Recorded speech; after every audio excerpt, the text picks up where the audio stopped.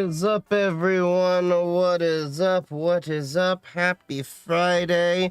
I know it's not the usual expected stream day, but I got a new ISP. I needed to test it out. So I did a test stream yesterday to at least 3 different platforms. The green site, the purple site, and the red site. Because I didn't want to do I can't do a test stream that's just private on, TikTok and stuff, apparently. But, yeah, so I completely switched ISPs. Hopefully that will resolve a lot of our network connectivity issues. I can actually show you, I did a trace route. I'm not going to show the results of those because that'll give away my location and stuff a little bit more. But I can show you the ping test. Now, bear in mind, this ping test has been running since early afternoon yesterday. We sent 93,867 packets.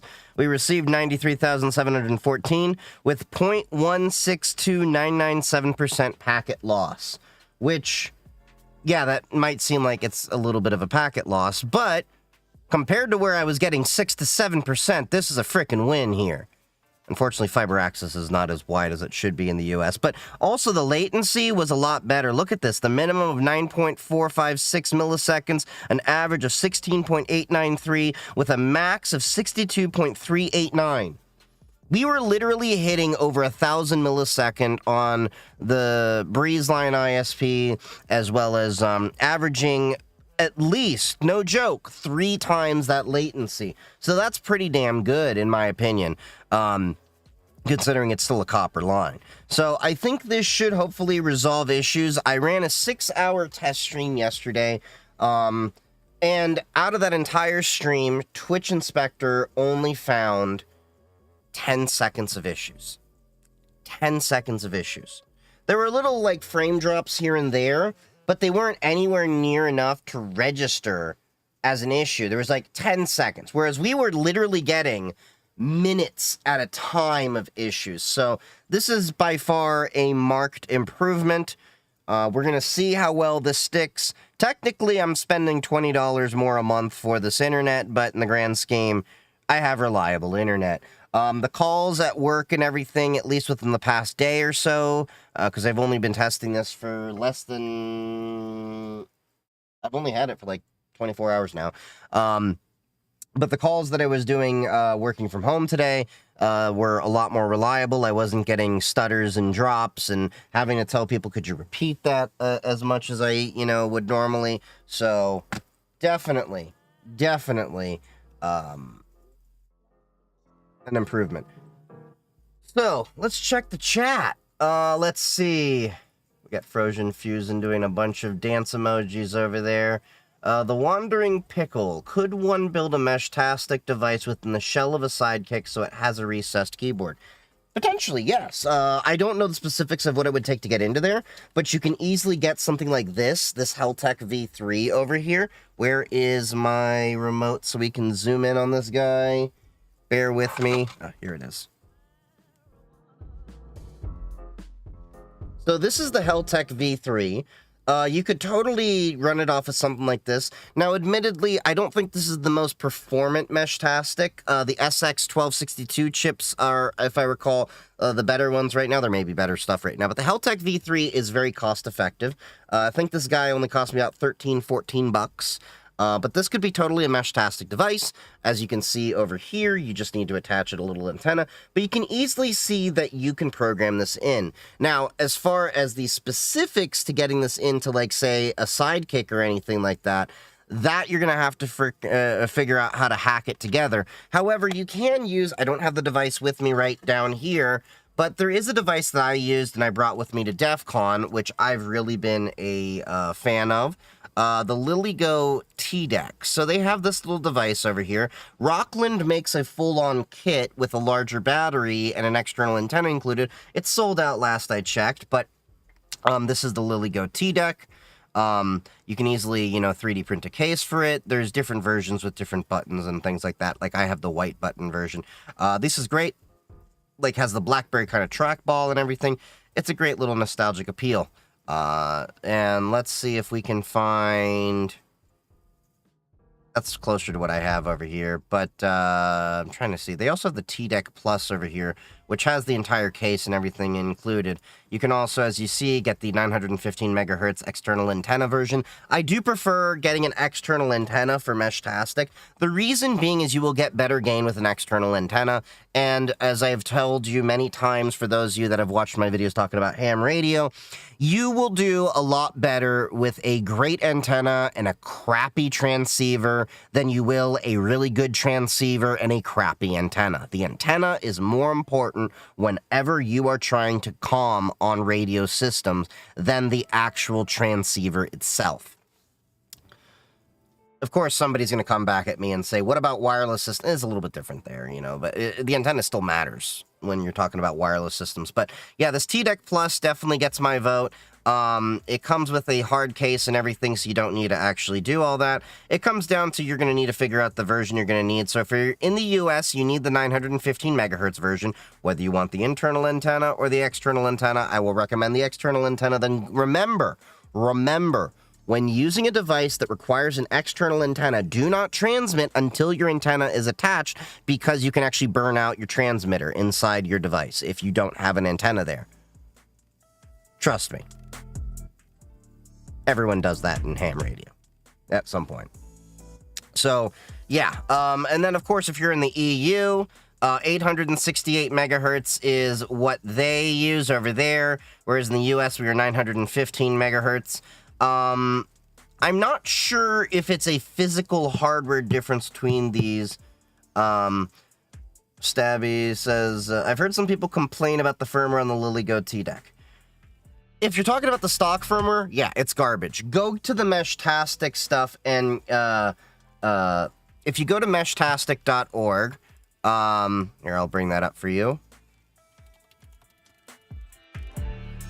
Meshtastic has their own firmwares and everything. So if you were at DEF CON, you were rocking, I think it was, hold on. Let's go to the web flasher over here. We'll just pick a device. So we'll go to the T-Deck over here. So I generally run the beta stables. So I'm on 2611 with my Meshtastic that I brought back from DEF CON. But when we were over at the con, we were rocking 273. At least I was. I didn't upgrade during that time. But during that time, you can see they pushed 274 and 275 because there were some things that came out. Vampire, damn, I crashed hard and just woke up. Oof. Hope you're doing okay. Project, don't ask how I know that type of stuff. Yeah, everyone in the ham radio world is burnt out the transmitter because they forgot to put their antenna on right. Now, in order for you to access the DEF CON Meshtastic firmware, it was simple. Meshtastic actually worked with DEF CON. A lot of the developers were actually at DEF CON. I met one of them. Really nice guy. You literally just went to defcon.meshtastic.org. And then you had the same exact flasher. So, yeah, you could just pick out, and this is literally how I ran through it. I picked a LilyGo T-Deck, and then picked the DEF CON 33 firmware. I think they're still rocking 2.33, and then you just hit flash, connect your device, and everything. Same as this setup over here. So it's pretty straightforward. Now, as you witnessed in the other stream the other night, I actually had to manually, for whatever reason, flash the device. So you can actually see that was me doing my trace route. MTR is one of my favorite tools when you're using trace routes and stuff rather than just a typical trace route. But as you can see over here, I was using the SP tool Python script to flash my LilyGo T-Deck. And then this is how we flashed it in. I didn't close the window since we were last on stream. But yeah, so there's... It's pretty straightforward. For some reason or another, my device just was not flashing. I think there was a bug in the Meshtastic firmware that for some reason the web UI was not, the web flasher was not hooking in properly. By the way, wearing my DEF CON 33 Tor t-shirt. The proceeds from this t-shirt went directly to support Tor, the protocol. And many of you know it as the Tor browser, the Tor Foundation. Always support the Tor Foundation, as well as I do support the EFF, two organizations that I will always shout out and tell you that you should go donate and support their efforts because they fight for our digital rights, they fight for our privacy, and they fight in, you know, many ways in lobbying for the good fight, especially the EFF. The EFF is one of the people that actually defends a lot of hackers and stuff when they're doing things that are right but the government sees as wrong.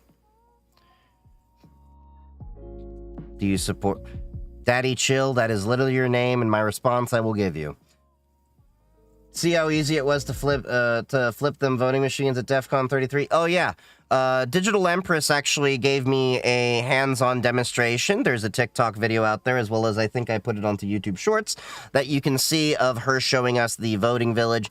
They do have I was talking to one of the people that runs it. I think her name was Kat, if I recall.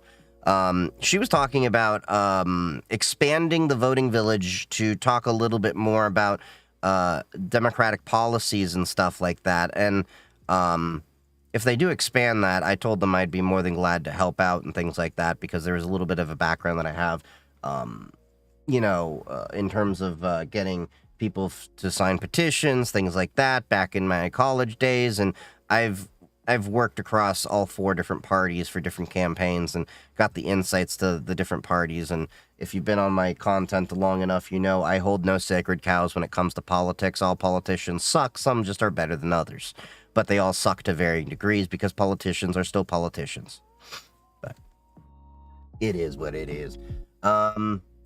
Did you hear more satellites have been shut down and Trump wants to crash one because it recorded global warming? Well, yeah, because he's a petty ass. Mother lover? Does that work? Yeah, I can believe that he wants to shut them down, because anything that, you know, he's the type of person that if evidence comes out to prove their narrative and their view wrong, won't accept that their view is wrong. If you present me with new information, I will be more than glad to change my viewpoints and everything. Look, there are a lot of views, as I've talked about in the past, where I said in my early 20s, my late teens, you could not put younger me in the same room as current me without current me wanting to strangle old me.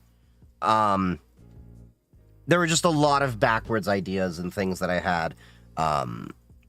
But the difference is I can be presented new information that will change my viewpoint if given, you know, empirical evidence, or at least evidence that, you know, well, empirical is always best. But oftentimes a lot of things when you're talking about like social issues, things like that, it comes down to like realizing, hey, this doesn't bother me. Why should I care? You know? Like, yeah. There's just a lot of, and I think a lot of people grow up and they mature and they change their world views and things like that. And I think that's being a healthy adult. However, Trump, and to the larger degree, a lot of politicians can't. They only see the world through their specific rose-colored glasses, and they can't see it any other way. It's unfortunate, because in order for us to progress as a society and as people as a whole, we must be able to put ourselves in another's shoes to be able to understand their perspective. Doesn't mean we necessarily have to agree with their perspective, but we should understand their perspective. That's my point of view. You know, and one reason why I will always be independent. Yeah, I've pretty much leaned more towards independence, or as I like to call it these days, political nihilism. You know, once upon a time, I used to believe in there was absolutely one side to things. And then you realize, too, people are just crappy as a whole. Well, specifically politicians. Off topic, what were your thoughts about DEF CON this year? I love DEF CON. It was great.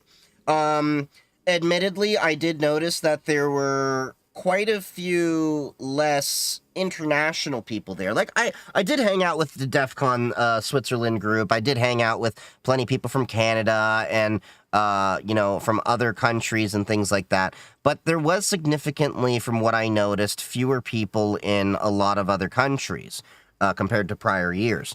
They did, of course, have a complaint about the badges this year. There's a complaint about the badges every year. I do think that they could have actually riveted both ends rather than just screw one in and have the other riveted, it looked like, because people were literally having the screws come out and then it would just kind of explode. And of course, as usual, DEF CON staff has good sense of humor, and they put up what they called zip tie village, where there was literally a table with just a bunch of zip ties to fix together your badge. Now, fortunately, I didn't have the problem with the badge because I had an iFixit screwdriver kit. Shout out to iFixit. But overall, I would say, what the hell just fell out of my phone? Oh, it's my phone. 1 second. But overall, I think that it was a great time. I did notice, however, the badges were not, there were not nearly as many fun electronic badges. Primarily, I think that has to do with the fact that, tariffs are impacting people, and it made a lot of things uncertain.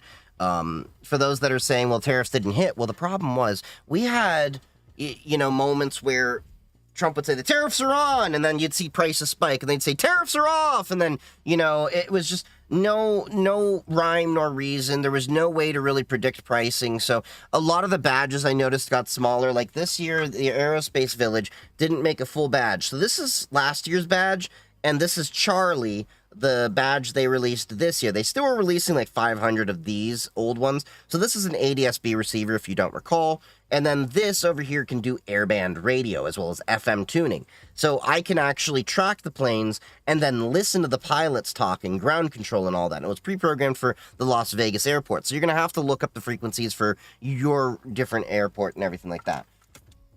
So overall, I think DEF CON did a great job of things. I did hear some talks from the goons saying how they're going to improve on the workshops and everything, because there was a problem where people were actually signing up for a lot of workshops and then just wouldn't show up. So people were just about to, just letting a lot of people walk into the workshops. So, yeah, I think DEF CON was pretty great. I think they're making good use of the Las Vegas Convention Center, which is where they've moved to. This is the second con that they've been doing it here. Because while I did go to DEF CON 31 and it was at the Caesars Forum, the problem with Caesars Forum is it's a little bit small for how many people were out there. Plus the fact it didn't fit all the venues. So you had it split between Caesars Forum, Sahara, Link, and the Flamingo, I think it was, for all those hotels. So you literally had to run back and forth between different hotels very often, whereas the Las Vegas Convention Center, you just went to one place and you could do everything at once. Now, admittedly, the cafe there, not as great as, say, all the food options you had when you're at the Caesars Forum, but yeah, I digress. Overall, I think it was great. There was an interesting thing that I noticed, though. There was apparently a person, there was like some MAGA convention that was nearby or something, and one of them tried to crash DEF CON and got thrown out because they were trying to like pass out some, really not so great stuff. And I'll leave it at that. The only image I have is off of a goon's phone, and I'm not going to share that for privacy reasons on their part, but, yeah, I was told about some things that went on there. But overall, DEF CON was great. I look forward to going back next year. LOL, $12 slice of very mid pizza. Oh yeah, Stabby, it was bad. And not to mention, they overcharge you on the drinks everywhere in Vegas. Thank God I had a buddy that let me in on their village tab. Yeah, I had a couple of friends start a village this year. The call center village were some of my buddies. So it was kind of cool to see them do their little thing. But overall, it was great.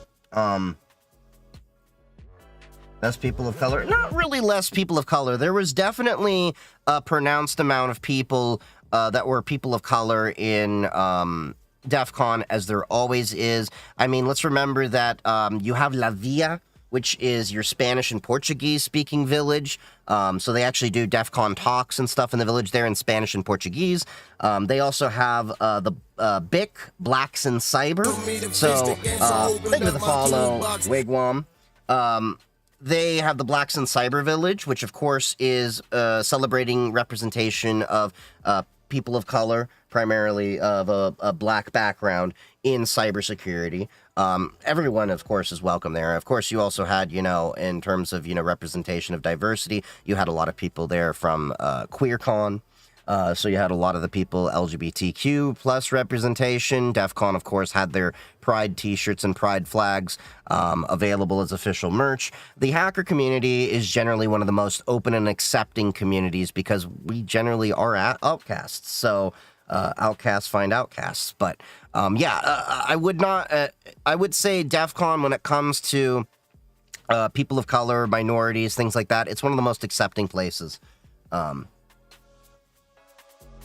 Let's see. Companies are in holding patterns. See what Taco does. Yep. Does DEF CON have online sessions? They don't have online sessions except for, what was it, DEF CON 29, 28? One of the DEF CONs that had actually got canceled and they did everything online. DEF CON does do the talks online. So if you are not ever able to make it to DEF CON, they have the main talks on YouTube and Twitch live streamed, and then in a month or two, a lot of the talks from DEF CON will be on their YouTube channel. Crap, I forgot to bring my InfoCon drive. So I got a hard drive filled for DEF CON 32 talks. So that's my InfoCon drive that I brought last year. They filled it with a bunch of documentaries and shows and everything from DEF CON 1 through 31 talks. And I just got it updated for DEF CON 1 through 32 talks, as well as some new content there. I didn't bring my 3 hard drives for Rainbow Tables because they didn't really do much updates in the terms of the Rainbow Table, so it wasn't really worth bringing 4 hard drives. I just brought the one in a case and had it updated. I have to slam it back in my NAS enclosure. I wish they would have emphasized more about the workshop since I wanted to attend but didn't sign up in time. Yeah, that was kind of a last-minute thing that I found out from some of the goons as well, a little bit last minute. The goons also have early access to merch, apparently, as part of the volunteering, and they only got short notice of about when their time was. It was like they got 15 minutes ahead of time to know they're only going to have 45 minutes or something like that of available time to, go get merch before everyone else. But yeah. You can ask a non-con question. Yeah, it just happens to be, it's post-DEF CON. Overcharging in Vegas, of course. Did you hang out with the furries? No, I did not hang out with the furries.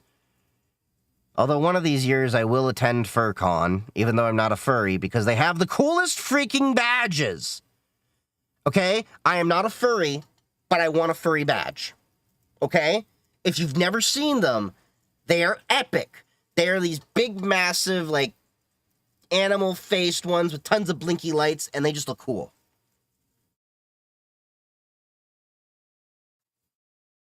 But like I said, there wasn't that many electronic badges. I don't know what specifically it was, but I think a lot of it had to do with tariffs. Because I noticed, Car Hacking Village, I don't think had a... Well, I think they did have a lot of... There just was not a lot of badges, and those that had badges didn't have as much of a supply as they did in prior years. It was interesting. I did wait in line for about an hour, I think it was, to get my Charlie add-on. And then my buddy Aaron was with me. He got both the ADSB badge and Charlie. So that'll be fun. I'll take that to an airport sometime. Let's see.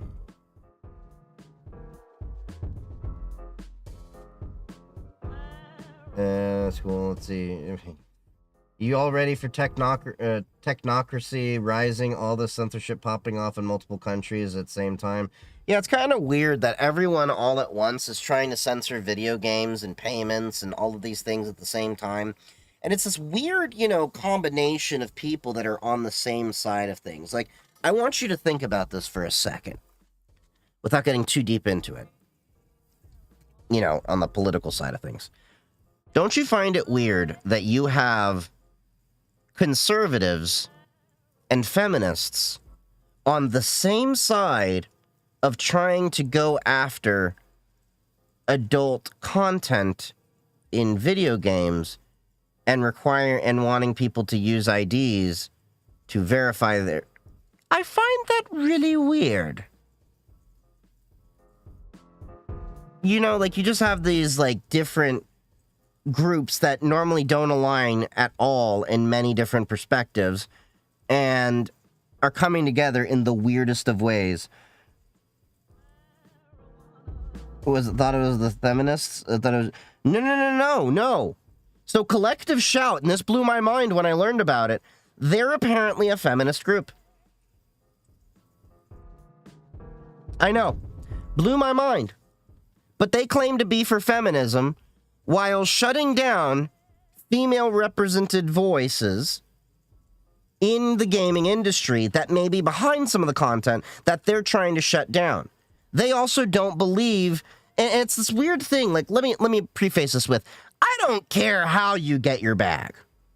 You want to make adult content, that's your prerogative. Not everyone has to, be okay with it, like that you do. That's just like my perspective is like, look, you do you make your bag if that's what you want to do. It doesn't disturb me at all. Anyway, there are feminists out there that shame women for voluntarily choosing to be in that profession. And it looks like that's Collective Shout, and that's the idea that they're in. TERFs also claim to be for feminism. True. This is also true.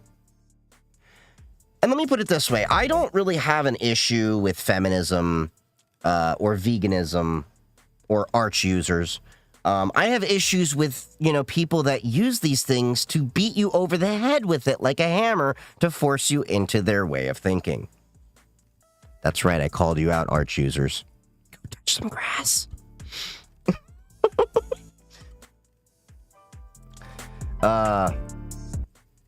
Get the dragon badge from Bad Dragon. Seems Facebook randomly locking people's accounts saying they hacked, but logs showed nothing, forcing people to upload IDs. Well, Facebook, I don't have a Facebook account. I deleted my Facebook account years ago. I've just not really seen much value in Facebook, and it was a little bit weird the way that they were approaching things. It was shadow profiles and all of that. But, yeah.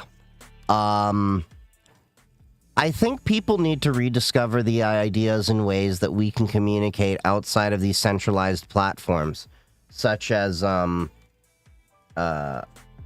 damn it. I think I'm dropping a little bit. Did I stutter?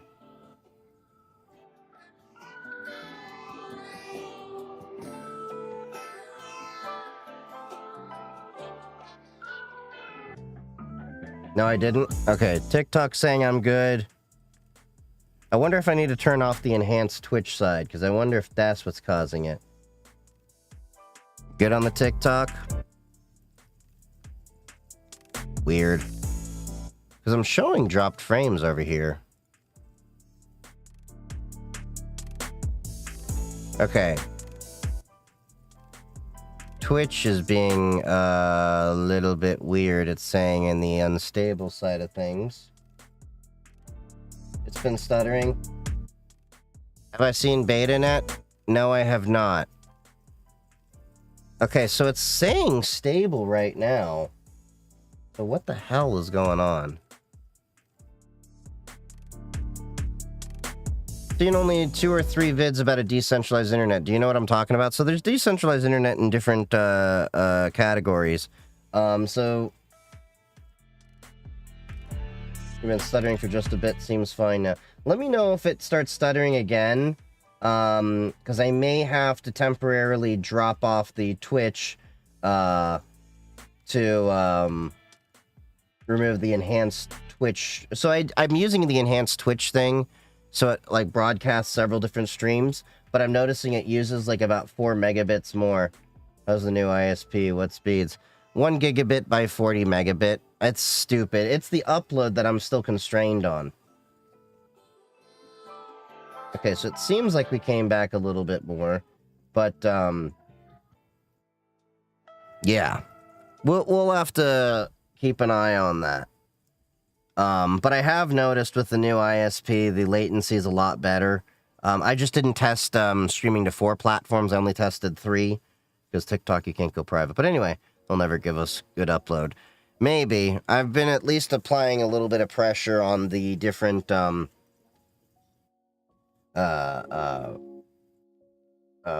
there's different boards at the local, state, and federal level that you can apply pressure on, because a lot of people don't know this. There's the agency is called BEAD, Broadband Expansion Area. Was it BEAD? Hold on. BEAD broadband. So it's Broadband Equity Access and Deployment Program, I think it is. Yeah, Broadband Equity Access and Deployment Program, or BEAD program. That is apparently the federal grants that allow you, that, you know, they provision like billions of dollars every year for ISPs to expand things. So I and some others have been appealing to BEAD to basically say, look, you've been doing all these expansion into rural areas, but what about in the actual cities?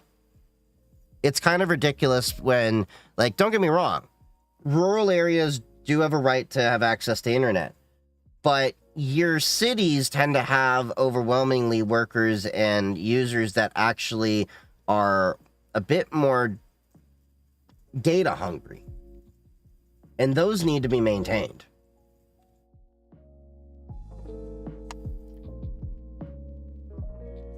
All right, let's see.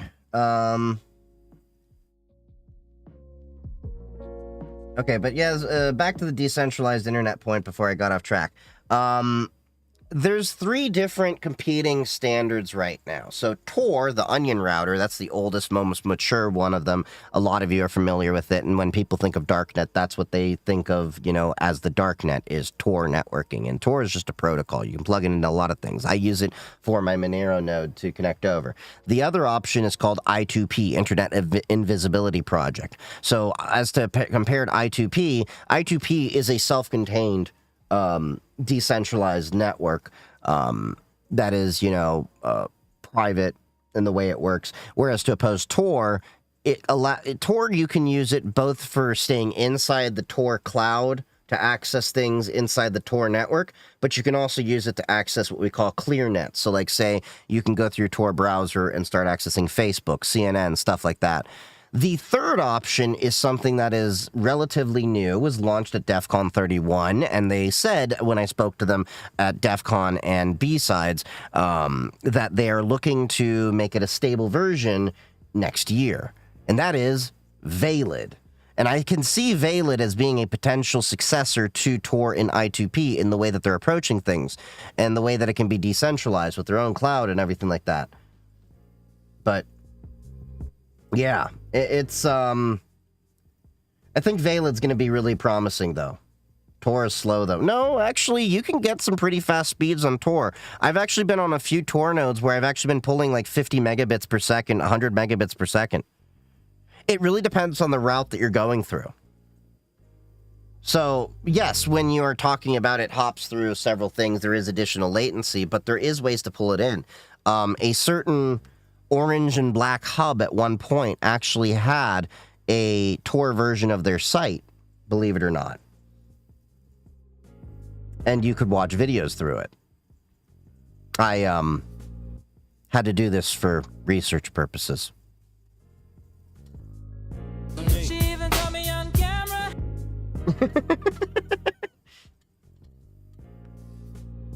Are you going to stream on Sunday? Yeah, I'll probably be streaming on Sunday, especially now that the ISP seems to be a little bit more stable, other than the little stuttering we've been having over here. I still have to do some optimizations, I think, over on the OBS side, because I am going to 4 different platforms, so of course that is a little bit of a concern. I may remove the Twitch-enhanced multi-streaming that they have, which all that does is, instead of just broadcasting at 6,000 kilobits per second, or 6 megabits per second, I'm broadcasting at a 1080p and 720p and 480p stream all simultaneously, so people switching between all of that can do a little bit better, whereas I'm just going to do a 1080p. Could you try to stream a little earlier than usual? I know it's a lot to ask, but have school on Mon. Maybe I can try. Unfortunately, life is a bitch sometimes, and it gets in the way of things. So you have a backup of 5G internet, so no problem. Yeah, but that 5G internet is not the greatest, because it'll fluctuate a little bit here and there. I need to put a better antenna on. it. But I can at least achieve 150 megabits down and 25 megabits up from the location that it's at. I have to optimize it better for a tower. So what I'm probably going to end up doing is probably build out a Yagi antenna if I can figure out the frequencies that I need for that provider, or I may just make a log antenna, you know, so that way I can capture wide bands and then point that in the direction of where the tower is. I could also just make a directional antenna with a loop or something. I'll have to figure it out. I'll play with the idea when I have time. First, I want to get the ham shack done. I'll get that taken care of in a week or two. I've just been relaxing since the con. But yeah. I'm nervous of Tor now, plus they pulled OS spoofing. Did they pull OS spoofing in the protocol or just the Tor browser? Because you don't necessarily need to use Tor browser. The Tor is just a protocol. You can plug it into anything and then, you know, slap on things. I mean, Brave browser has Tor built in. You can run your own applications over Tor natively. You just have to pipe it through, what is it, Tor socks, if I remember correctly, which is what I did for my Monero node. So I actually access it with a Monero, with a onion address, so I can kind of use it in lieu of a VPN, so I can have a Torified Monero wallet connect into my Monero node over the network, so I don't have to worry about continuously syncing. But yeah. But yeah, this is BetaNet. Raven Dev Team BetaNet. What is this?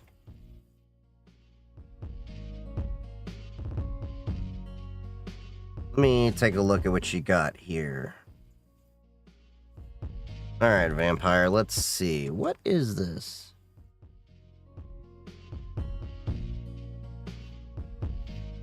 Raven Dev Team. So what is this that you're sharing with me? Oh, so this is, I guess, another network they're trying to do. Okay. But where? Privacy and security should be on by default. We're fighting for a safer, private, and open internet. Okay. Fighting for a safer and private internet. Yet your donors are from Instagram and X.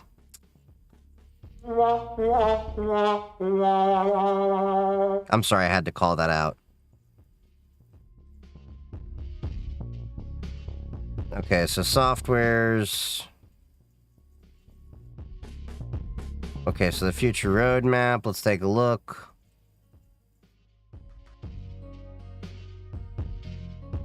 So they're launch our own CRXNG instance, a privacy respected. Yeah, I was thinking of putting my own CRXNG out there. Launch Talon CLI, an enterprise variant of Talon. So they're still relatively new if they just established the Raven as an LLC.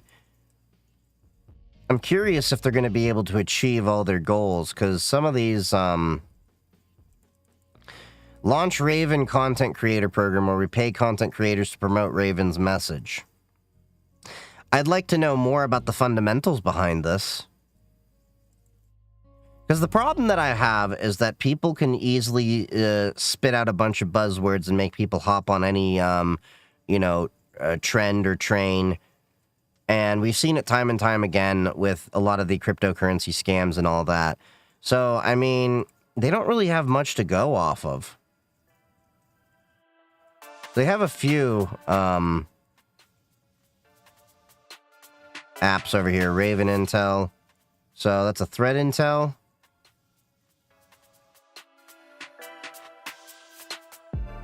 Curious how they set up their threat intel to work.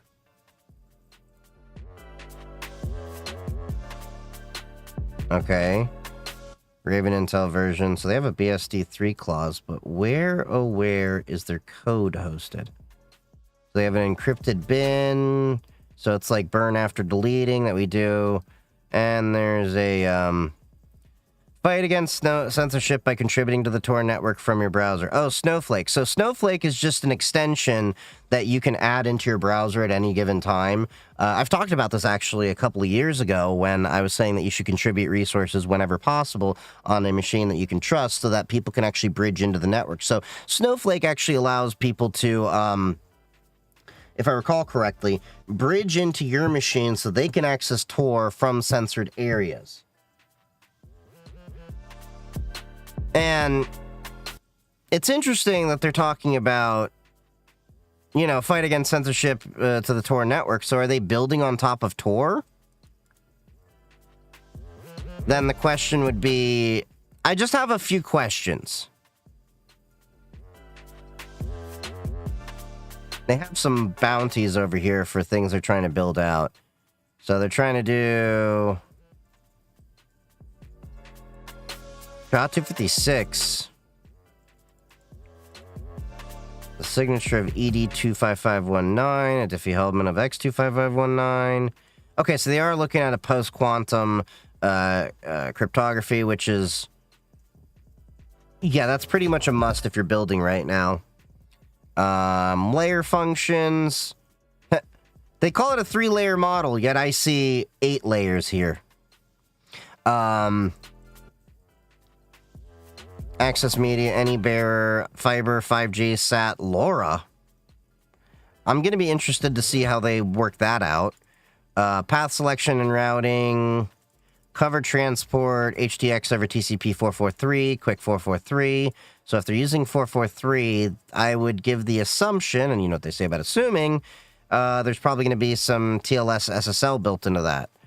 Which that's going to be interesting if my assumption is right. Again, it's an assumption, because then you would still have to rely on old internet for the TLS SSL certs for that. Anyway.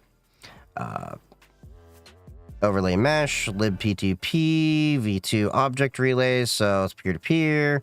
An optional privacy hop. Naming and trust, self-certifying IDs plus 3-chain alias ledger. Oh, God. Please don't tell me this is going to be another cryptocurrency buzzword thing. Because I'm starting to feel like that vibe. And again, I'm not anti-cryptocurrency. I'm anti-BS. Payments, federated cashew plus lightning. And then you have applications on layer 7. Okay. Although I find it interesting. Oh, no. The layer model is number 3, not a 3-layer model. They need to change the formatting here. Like maybe put a parentheses or a dot, because this sounds like 3-layer model. Instead of just, it should be, you know, section 3 layer model. Okay. Anyway. So they have the path layer over here. You got the transport. Okay, so they're going into this a little bit more.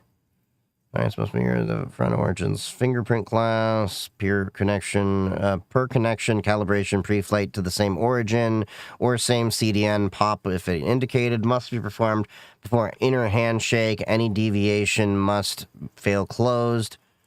So I like the fact that they say must fail closed, because, so what they're talking about is you have a fail secure. Well, no, fail closed would make sense in a network state, because you can either have fail secure or fail open, as well as fail closed. And well, fail closed would probably be a fail secure in this situation. Anyway. Getting too much in the weeds. What I mean by that is, basically when we're talking about fail states, so if you talk about like Windows, you ever notice the blue screen of doom? That is essentially a fail secure. When something violates the Windows policy, it's going to fail secure rather than fail open. Failing open means if it fails, we're just going to go wide open.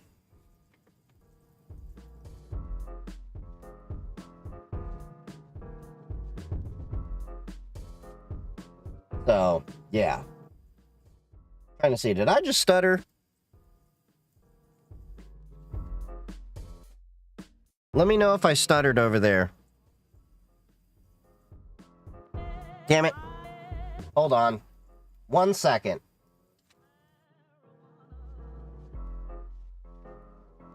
Wait, we're coming back. Coming back. I'm bringing the sexy back. Alright, give me 1 second. I'm going to change a setting on Twitch, and then I'll be right back. This is probably going to kick off the TikTok side, too.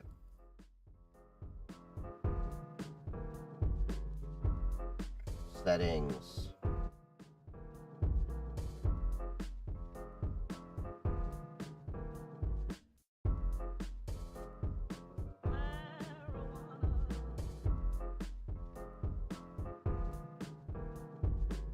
Okay. We should be back. We should be back.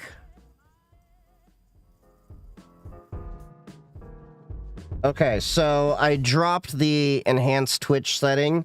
So instead of pushing about 10 megabits to just Twitch, I'm pushing 6. I have a feeling I need to give myself a little bit of overhead for the upload bandwidth. We'll figure it out. I should be back. Y'all give me a thumbs up on the TikTok and Twitch side if we're all kosher and y'all can see me again.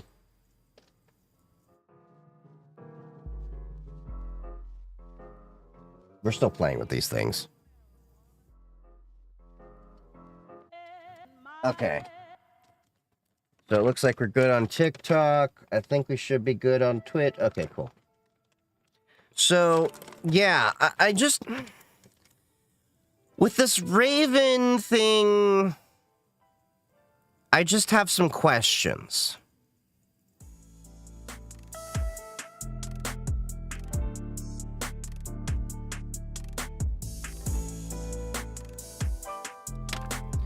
Because especially when they're talking about, okay. Yeah, it looks like they're tying in cryptocurrency to this, and... See you later, Los Santos.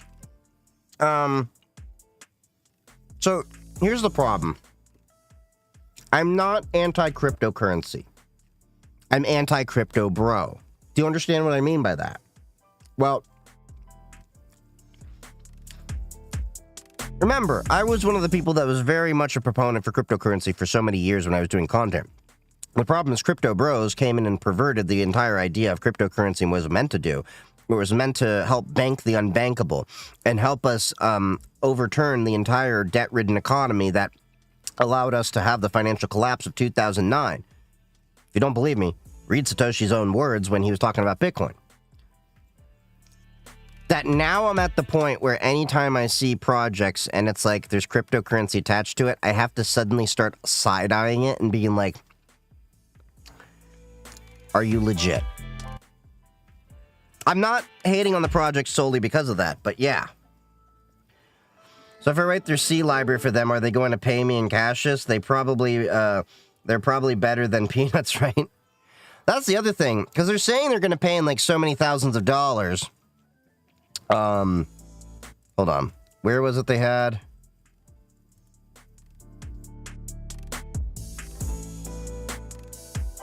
A C library implementation. So they're paying in USDC. So they're paying in US dollars in a stable coin, USDC. That's not bad, but it tells me that they're definitely more cryptocurrency related.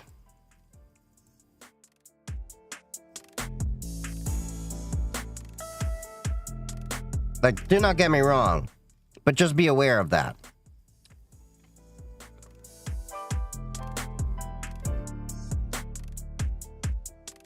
Oh, they do have a GitHub. So what all do they have? A blank GitHub with no branches. So they have a README here.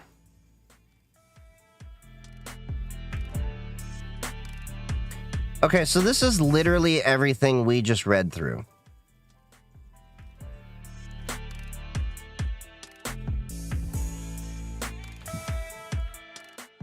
So then I gotta ask, what other repos do they have? So they're in the USA. So this is what's interesting to me. Okay? They're on X. Hold on, I'm trying to dig into this a little bit. They have a Discord server, an email, but then they don't have any other socials.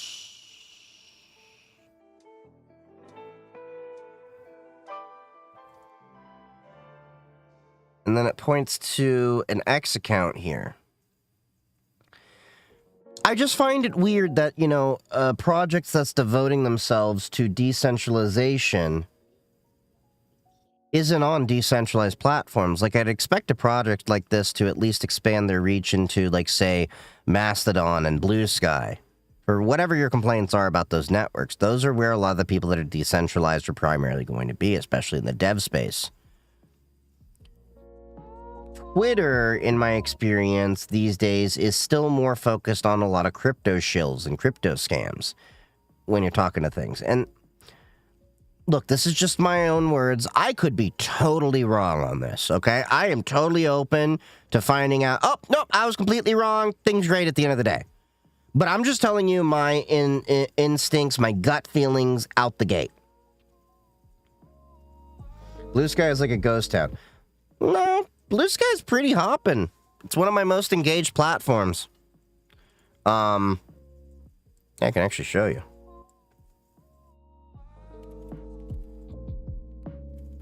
I get more engagement on Blue Sky and Mastodon than I have on any other platform. Well, a microblogging platform to be specific. But I got tons of people on here. In fact, I have almost 3 times the followers on Blue Sky than I ever had on Twitter in my many years I was there. And then Mastodon is my second runner-up, which has twice as many people, or a little bit more than twice as many, as I ever had on Twitter, with way more engagement. So, yeah, I still have to say Blue Sky and Mastodon are great in their own respects. Twitter's just been on a slow burn decline. And I feel like the bot problem on Twitter is worse than it ever was.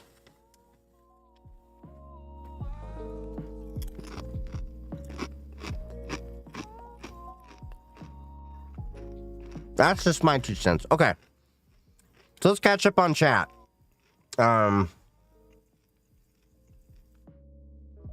20 sucks. What kind? Thigh highs? Yes. Tor is a femboy. And you know we like our femboys around here.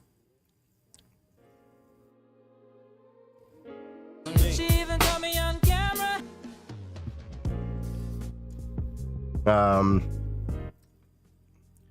Yeah, so, I mean, it's an interesting idea, but the honest truth is, I'll believe it when I see it, but I have this feeling that this whole Raven project thing that they're trying to do is just another cryptocurrency thing to make money. Dev loves his femboys. Hey, look, I like femboys too, okay? Ain't nothing wrong with a femboy. Alright?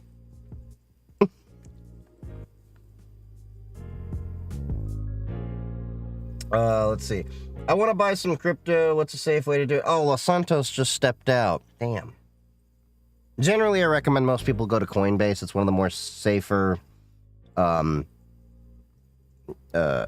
exchanges, but yeah.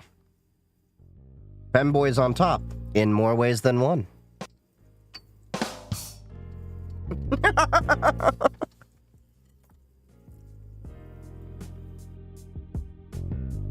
Yeah, Sam, I like crypto, just not the guys screwing it up, making it look scammy. Absolutely. And what I find most screwy about the entire idea of a lot of these, you know, crypto bros, and why I say they've perverted the idea of cryptocurrency as it was intended.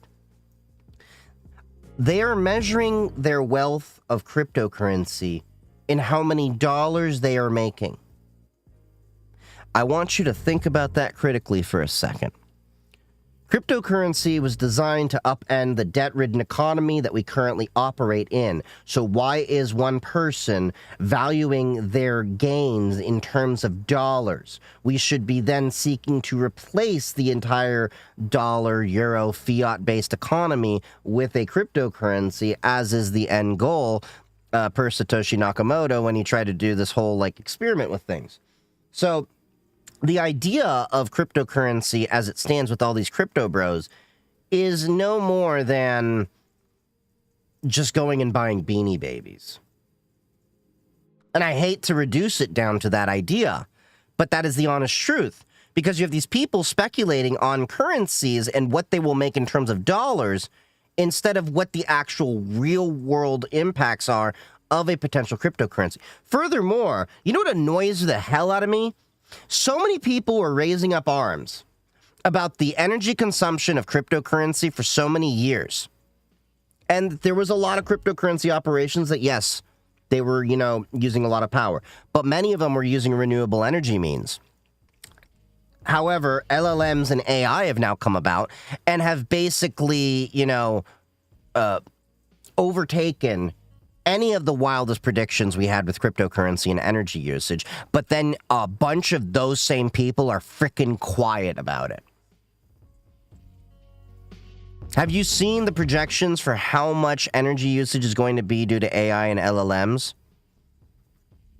The highest estimates of cryptocurrency energy consumption were dwarfed by what AI and LLMs now came out with and doing. Chief, bros ruin everything. The internet, crypto, fitness, probably furries too. Probably.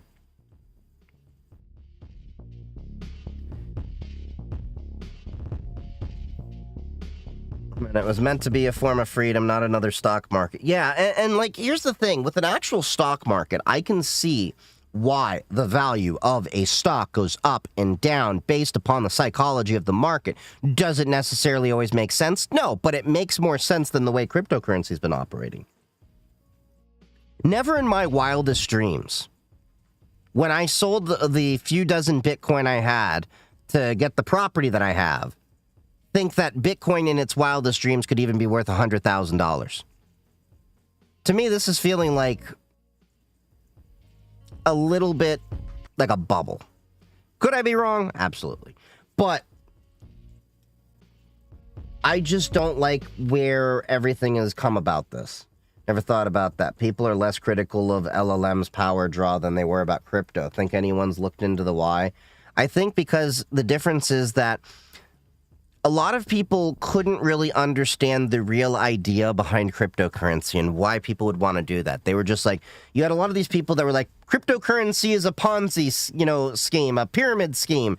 And those are the people you knew completely did not understand cryptocurrency, because a Ponzi or, a pyramid scheme implies that someone at the top is making more money and everything, and it just doesn't work that way. You had a lot of people, because a lot of people still to this day, as long as cryptocurrency's been around, do not understand cryptocurrency or its utility, especially when you're talking in terms of cross-border payments and when you get into international systems like the SWIFT payment system. If you've ever had to actually wire large sums of money, it's a very costly process with the conventional systems of finance, whereas in terms of, cryptocurrency, it opened some doors there. And a lot of people couldn't wrap their heads around that. Whereas AI and LLM, they can actually see the real world tangible effects right in front of them. You put even the most ardent global warming activist in front of an LLM and show them how it can compute, better models for global warming in a much better way than we did conventionally, they then see the application and how it can actually benefit society. Now, the biggest argument when it comes to AI and LLMs has been what? The ethics around the collecting and training of that particular data. That has been the biggest sticking point. It's not so much that people don't see the utility in an AI or LLM, it's that they are questioning the ethics around it. Like, you had a lot of the graphic designers and stuff like that that were going around saying, it's going to steal art from other people, and in many cases, that may be true. But, yeah. Did I go to DEF CON? Yeah, I went to DEF CON. I had content on DEF CON.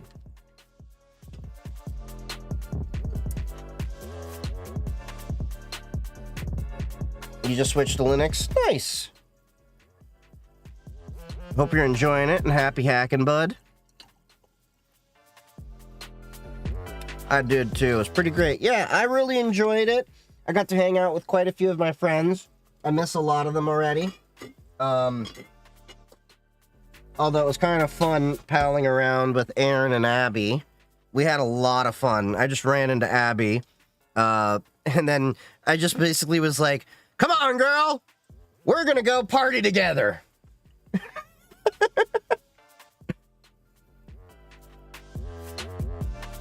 Abby, if you're still in the chat, by the way, I miss you, bud.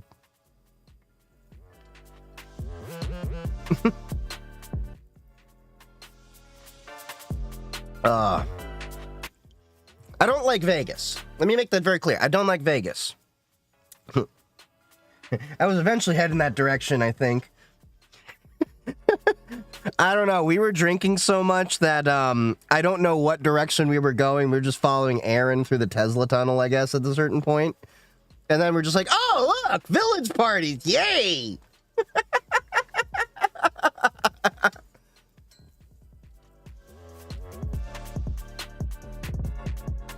What you sipping on? Vinho Verde, Portuguese wine, which, by the way, is one of my biggest complaints with Las Vegas. They claim to be international and so well-rounded and, you know, cultured. Not a damn frickin' bottle Portuguese Vinho Verde wine.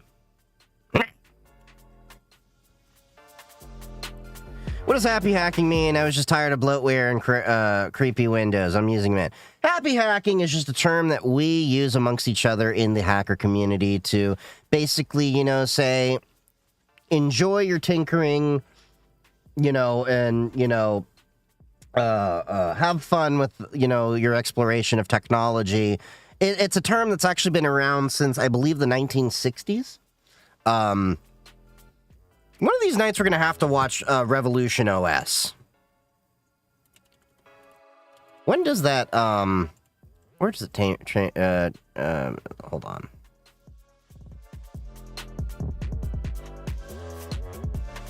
But yeah, if you meet a lot of hackers, we usually say happy hacking, so, yeah. Bro, alcohol is cheaper than water there. Not if you go to Costco. If you go to Costco, it's still cheaper, but the alcohol is definitely cheaper. My God, I bought a handle of tequila. About 1.5 liters. Kirkland brand. I think I spent $20. Got a 1.75 liters of Crown Royal. About $35. I put that in some water bottles and snuck that bitch in. It was great. I had so many Irish coffees, by the way. There's a good chance that if you ran into me at DEF CON, I may have been a little buzzed.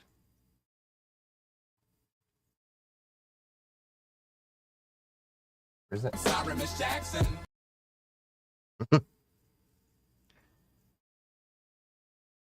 Hacking is tinkering with stuff out of curiosity to see how it works. Yep.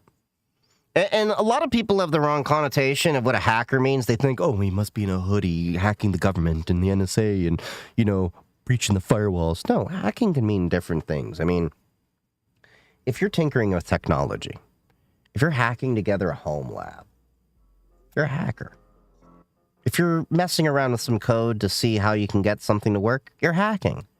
My little Python script that I got to, you know, run my Twitch alerts to go post to Mastodon, that was hacking. That was hacked together. Hacking can be a playful thing. But happy hacking is a way that we, you know, tell each other, like, see you later. You know, have a good time tinkering and everything. And you'll see me say that all the time when I'm at cons.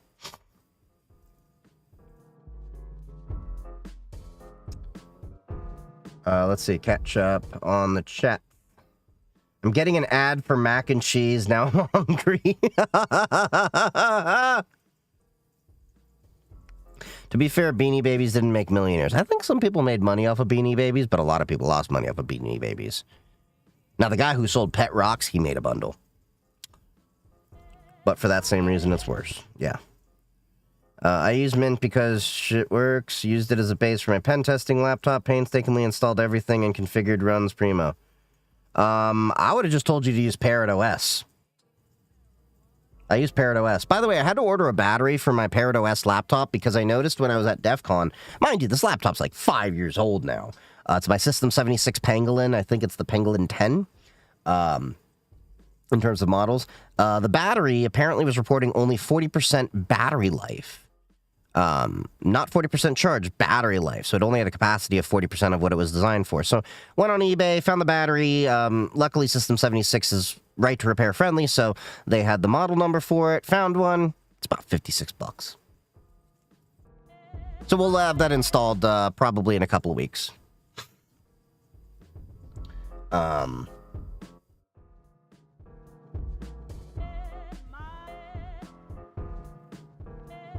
Speaking of which, did you see the thing urging people to delete their emails to preserve drinking water in England? What?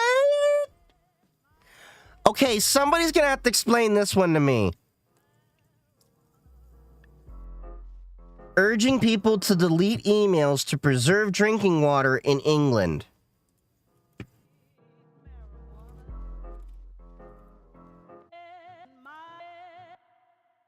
Okay, I'm looking this up.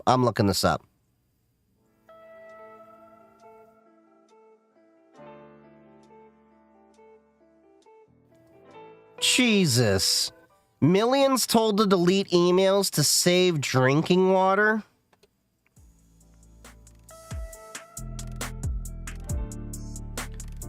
Is this what we're talking about? Here's the reality. I want you to think about this for a second. Your emails don't mean jack in terms of data consumption. Do you know how many emails you can fit in a gigabyte? Now, most of you using Gmail for free have what? If I recall, it's 15 gigabytes, right? 15 gigabytes combined. If they're actually urging you to delete emails to save drinking water, I have news for you. Because YouTube, one YouTube video is equivalent to what you would take in water for tens of thousands of emails. One YouTube video.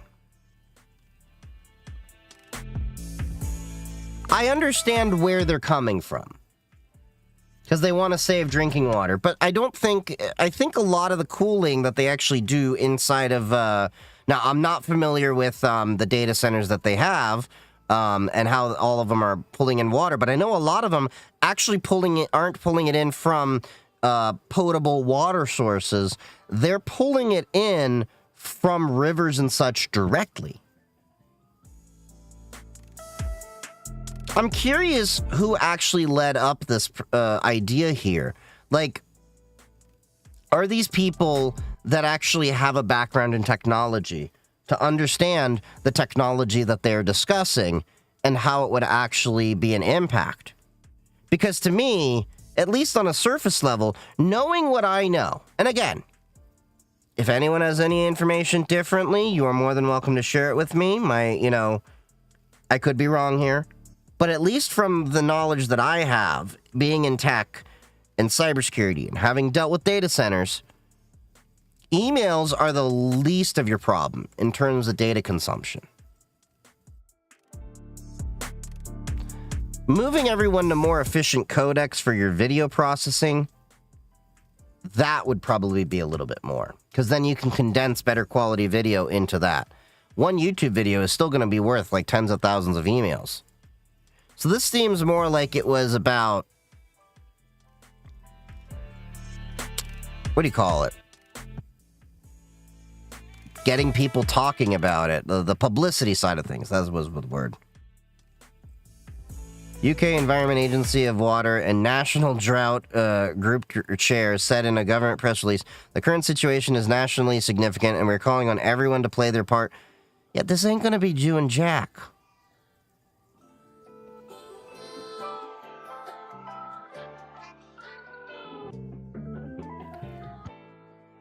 The UK government says you should delete, Hey, look. They said it, not me. But yeah, overall... Okay, that's an interesting chart there. But this kind of points out what I'm saying, if this information is true. There's a lot more you can do that's more impactful to water usage and helping the climate than deleting a bunch of emails. Okay. Unless you're scanning your emails that much, yeah. Moving on. Let's move on. Let's see what chat's also talking about. Oh yeah, I'm not a fan of Vegas either, but it was my first DEF CON and I loved it. Nice! I'm glad you enjoyed it. I can save money down there, one can eat, get money in the daytime, even count it when I sleep. Wake up to getting bread, bitch, I do this for the streets. ADHD. Thank you for that sub there, Kremlock. I appreciate you. Happy hacking, bud. Thank you for that sub. Yeah. Every time I go, yeah. Okay. I just did it. So yeah, first DEF CON. Awesome. Let me guess. A little bit overwhelming because it's your first DEF CON. Everyone going to the first DEF CON, I did this too. You do a couple of things. One, you probably get a little bit paranoid and you over-prepare. Like, thinking you need to put your phone in a Faraday bag and all that stuff. I don't know if you did that. I'm just saying this is what I did, you know, like things like that. I didn't even come in with my own personal phone. I came in with another phone, which I still use as my so-called DEF CON phone. So if anyone actually happens to get a phone number from me, that's the DEF CON phone. That's not my personal phone. And then, you know, you get overwhelmed because there's so much to do. You want to see and you want to do everything, but you can't because there's so much to see and do at DEF CON. Your first DEF CON, it's a great feeling. Don't get me wrong. I love it. I miss that feeling. But your second DEF CON, which I'm saying you got to come back, it's going to be better. Because you probably made some friends at your first DEF CON. You made buddies at LineCon, I'm betting, right? DEF CON, it becomes like this little family you have of different people. You know, like, you go the entire year, at least for me, this is how it is. And most of the people in my life aren't really on my level. And I don't mean that to be like an egotistical, megalomaniac kind of BS kind of thing. I mean, like, you probably experienced this, where you're doing things that you think are cool. But then your friends look at you like, dude, that's freaking weird. Why do you care about this crap? Like, why do you have this entire network in your house? Why do you, you know, care about privacy technologies and stuff like this? And most people either don't care what you're doing or think you're weird for doing it. But when you go to DEF CON, B-Sides, Hacker Summer Camp as a whole, totally different attitude. Everyone is really interested in learning from each other. I got into conversations merely because I had a Hamvention t-shirt on, or they saw my ham radio. They asked me like what mesh-tastic device I had, and we were talking all about radios, and I was talking about antenna design with a couple of the people, you know, how to optimize their stuff, and even taught a few some things, and I convinced, I think, at least 50 people to go take their ham technician exams to get into ham radio while I was out there. And it was not a weird thing to say, hey, yeah, you should go take your ham radio exam.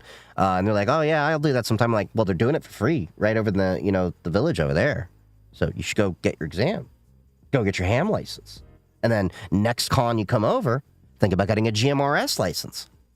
I got Colonel Dump thinking about ham radio and everything like that. He's actually at home right now talking with one of his buddies to see, can they actually set up a mesh-tastic node between the two of them so that way they can easily reach each other in offline comms.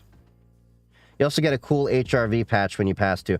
I should come over with my ham radio card and just like tell them like, yo, I got general class. What can you do? I was actually debating if next year I'm going to take my amateur extra exam there, or I'm probably going to take it beforehand, because knowing me, I'll probably crunch that out probably within like the first quarter of next year. They have a card printer there. Oh, that's cool. That's cool. But yeah, it was really cool. Nobody was thinking you were weird at DEF CON or B-Sides or maybe to a lesser extent Black Hat. Not many of people I knew were actually going there on the corporate dime to go for Black Hat, but there was a few. I'd love to go and be with like-minded people. Nobody I know are into computers, and let alone cybersecurity. They do, however, care about it when they got problems with stuff. Yeah, that's usually how it is. But, like, check out your local B-sides. Check out your local OWASP group. You might have a local DEF CON group in your own backyard. You'd be surprised. You can find people there. But I know DEF CON, the whole Hacker Summer Camp thing, is where I can go out and I can let my freak flag fly. And I don't mean that just in the, buy side of me. I mean that in the, tech and everything. I can, walk around with a ham radio, start making DXs. I can, hit people on Meshtastic. We had 1,682 Meshtastic nodes that I managed to connect with. Good point. I do live by a university campus. Even better, you probably have some clubs and stuff out there. You'd be surprised. And if you don't already, consider setting up a Meshtastic node if you haven't already. You'd be surprised in your universities. There's quite a few Meshtastic users. I know when I go downtown, I can hit people at universities out there, which is why I'm thinking of putting up a node to be a repeater out on my house. But yeah. Okay, let's catch up on the chat here. Alcohol is cheaper than water there in Vegas. Oh, yeah, absolutely. It was crazy how many times that was the situation. Now, you go to, thank you for the follow, Rebel Wax. If you go to, now my advice I would tell people, if you have the opportunity to, go to Costco. Now, if you're Ubering and all that, it's not going to make much sense. But if you have some friends out there like I did, one of my buddies rented a car. We went to Costco. We went to Cabela's, or was it Cabela's, Bass Pro, whatever, to go get ammo for the DEF CON shoot. And we, did those things. And we managed to get a bunch of food while we were out there. We got a couple rotisserie chickens. We got a couple handles of booze. We got a case of beer, and we walked out the store for like $300 that took care of most of our alcohol and water needs. We bought a case of water each. And then if you've actually paid attention to my backpack that I have for DEF CON, it's a 511 Rush 12 backpack with a 3-liter hydration pack built in. I've actually turned quite a few people onto 511 for the backpack because it's a great con backpack. I have bags on bags on bags with my stuff. And Colonel teases me because, he got to, hit my bag. And the only reason he got that close is because it was Colonel. If it was anyone else, trust me, I would have karate chopped a person.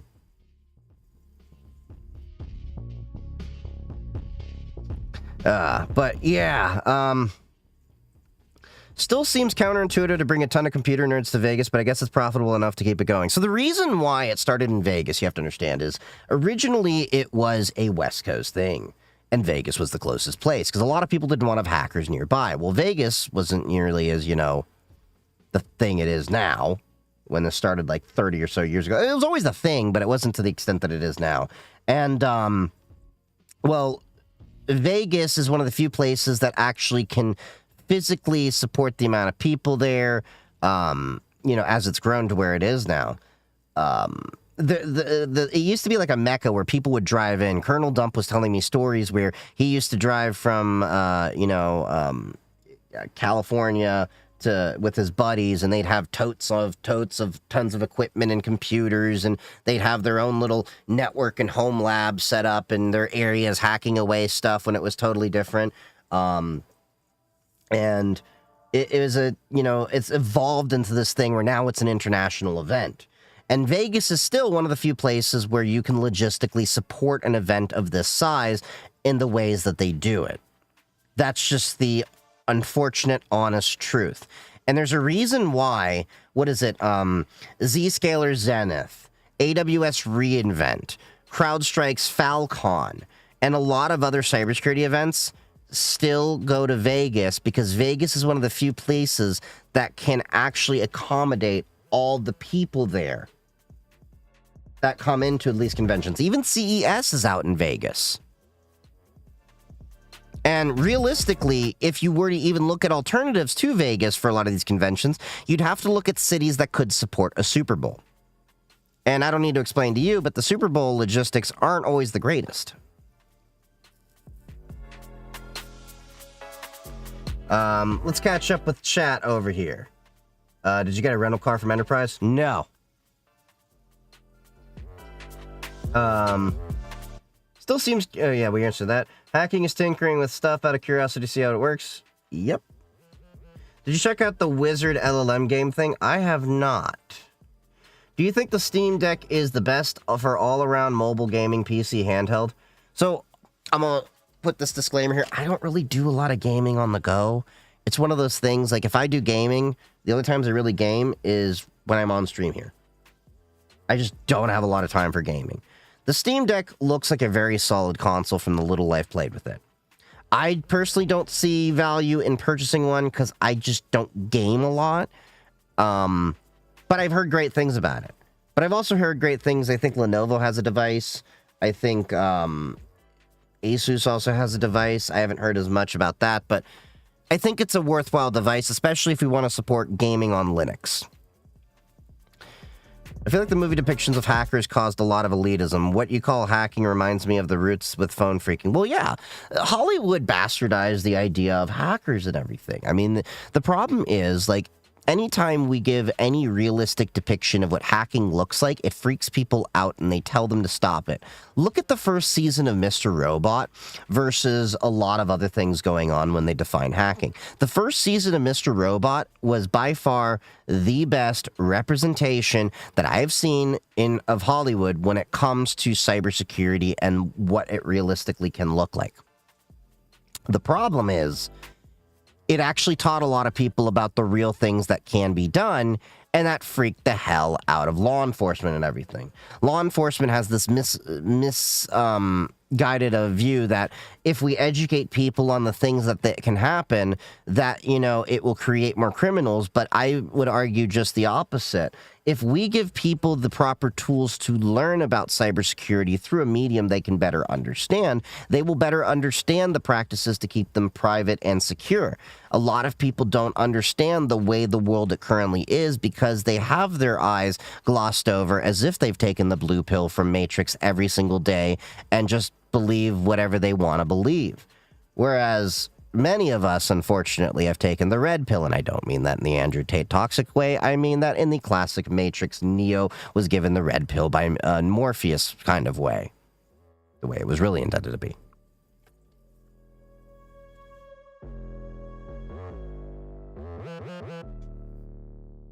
Okay. NVIDIA's a pain with NVIDIA drivers. With iGPU is a pain. NVIDIA can be a pain, but on Pop! OS, it's been pretty solid for my NVIDIA drivers.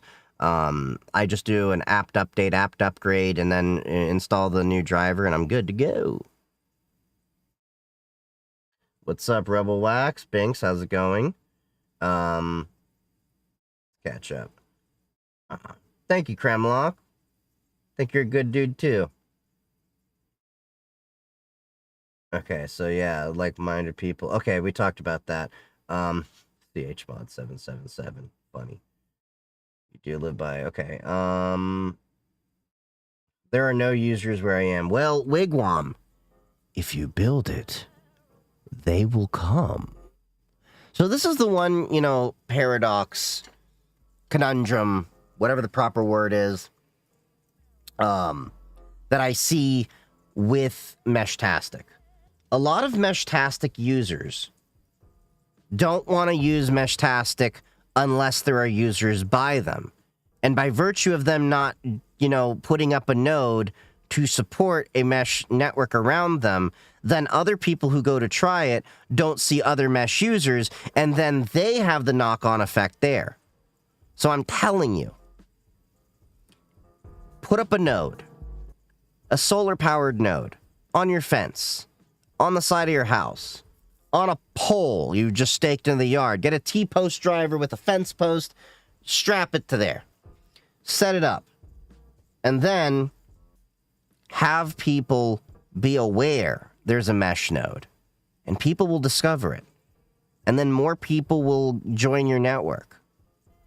You know, if you build it, they will come. And I noticed that was the same effect that I was having in my part of town.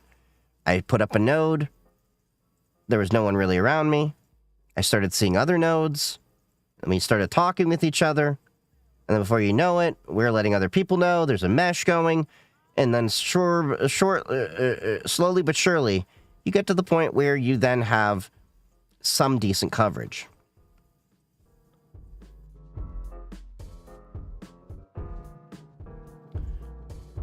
I'll give us that a shot. See a subscription well served.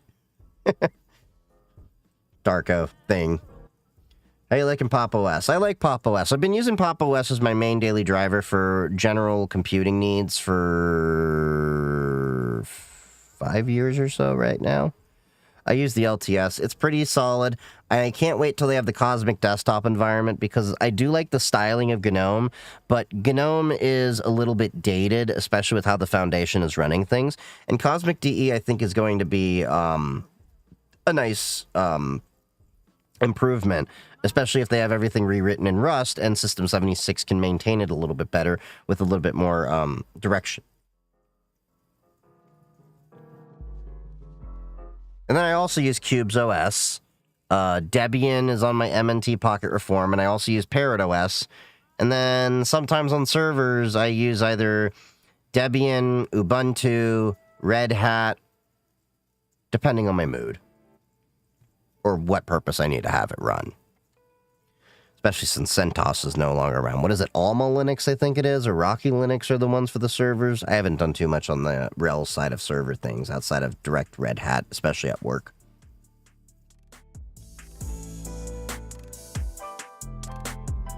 A while back, I came across your post about the Tangara. Do you know if you can still get one? You should still be able to get a Tangara. So the way I ordered it is I go to a site called crowdsupply.com. If you've been on my streams or content before, you've probably heard me talk about this like all the time. So if you haven't before, this is like Kickstarter for nerds and way better. Okay? It's not as well known. You can find tons of things out here. Ooh. Sorry. I just totally butterflied. E-paper monitor. Ooh. A 13-inch paper monitor? That would be really cool to have. A 13-inch monitor with e-ink display just for, you know, reading documents and everything. That'd be great. Ooh, imagine chat going through on an e-ink display. Anyway, as you can see, this is why I like this site. You got tons of little projects out here, but this is where I found the Tangara. I scroll through this probably once in a while. Yeah, I want... Ooh! See, this is the problem with going to this site. My money just flies out my wallet. So this is the Discovery Drive. So, like, if you see you have the Discovery Dish here, this is an open source project for, like, you can do it for, like, radio astronomy, weather satellite, stuff like that. Well, one of the things I was really looking forward to them doing is, let me scroll down, so like you can see, you can do like weather imagery and all that from NOAA satellites and lots of cool things.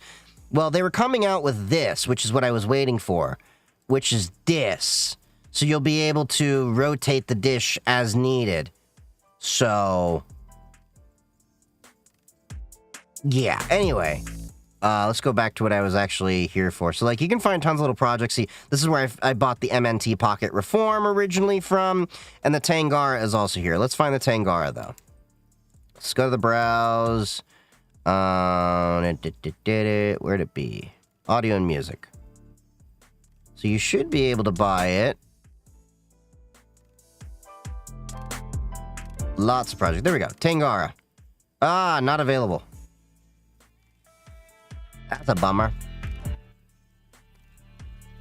So they don't have it available anymore. No longer available. I wonder why that is.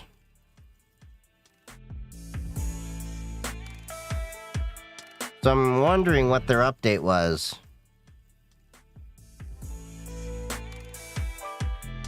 I've been working hard soldering boxes, folding boxes, printing battery cages, and trying to keep a message. Okay. We'll be taking a break from production for a while. We have a number of things we want to improve for the next production run and are looking forward to having more time to work on improving the firmware as well. We've learned a lot during this time, during the time we've been putting together units, and we have some ideas for improvements we want to make. We want to take the time to properly investigate these ideas rather than rush into another production run. This does mean that Tangar will be unavailable for a while, but we feel taking pre-orders while we're making these changes would limit our options somewhat. So they will be coming back. Check their crowd supply page. They'll probably have some improvements. This version 1, I think, already hit it out of the park. They did a great job with this. I love the Tangara music player. I still use mine every day. I used mine when I was at B-Sides and DEF CON. And it was great. And it cost no more than, you know, an iPod did to buy an iPod and fully mod it. It's $249. It used USB-C, which was great. I got away from the iPod 30-pin connectors. It used an SD card. I love this thing. I still got to upgrade the firmware, though. But, yeah, so it looks like they're temporarily unavailable right now. But that's no big deal. They'll come back with it. It should be fine. I remember I waited over a year for my version to come in. It was well worth the wait. But, yeah. They also have some other really cool projects out here. So, like, as you can see, Crowd Supply, really great place to, you know, find tons of new little projects to tickle your fancy. Like, look at this. You got an ESP32 JTAG. You've got the Healthy Pi, a robust, high-performance, scalable open-source platform for biosignal acquisition. What's this? Ooh, an FPGA board. Now, this is another thing I want to pick up, the Kraken SDR. I think this would be so fun to bring to DEF CON, because this guy I can basically use to do radio positioning. And what I mean by that is, so it's got 5 tuners built in. Now, I could use those 5 to start honing in on signals and then track down where people are and freak them the hell out. I think that'd be funny. I think it'd be funny as hell.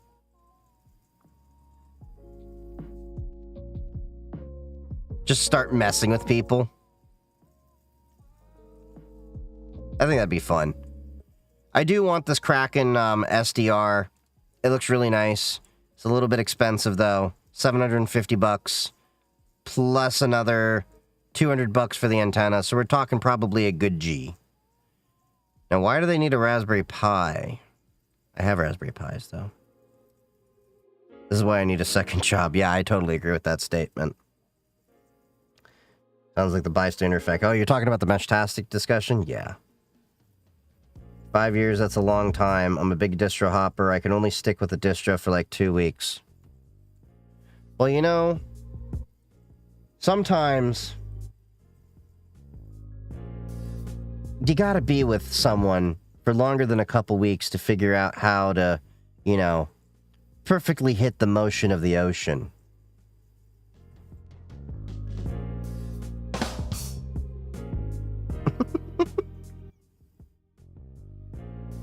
That'd be funny as hell, just show up with some booze. Hi, I bring booze. Oh, I think that'd be funny as hell. I think at DEF CON, like, you totally expected that somebody's gonna do crap like that.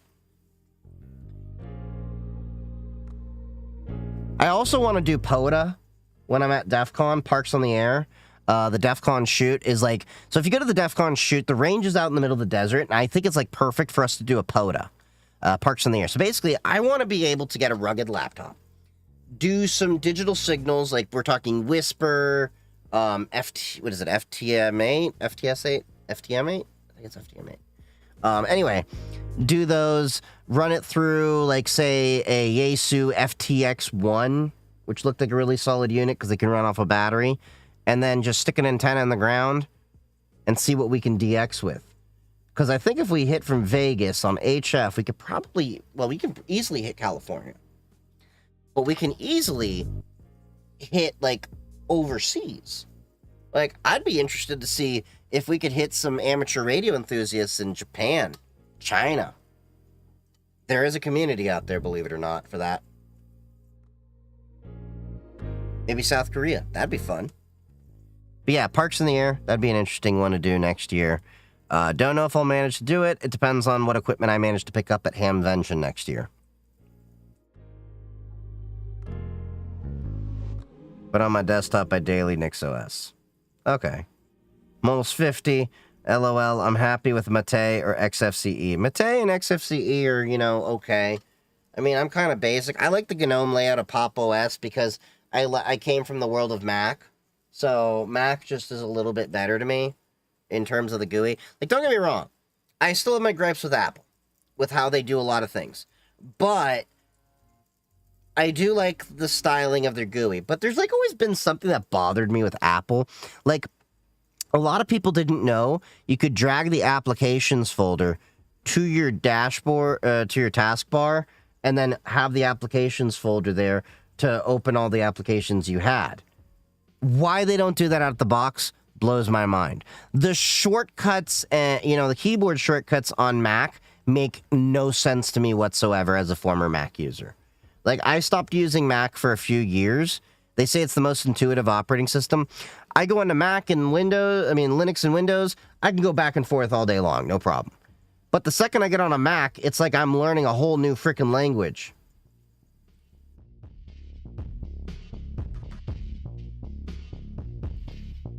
You get some skip and bounce that signal off the clouds, you can get mid range. That's how I did my CB radios anyhow, mad range. Well, CB radio is running on HF frequency. I believe they're, 26.9 to 27.5 megahertz, give or take.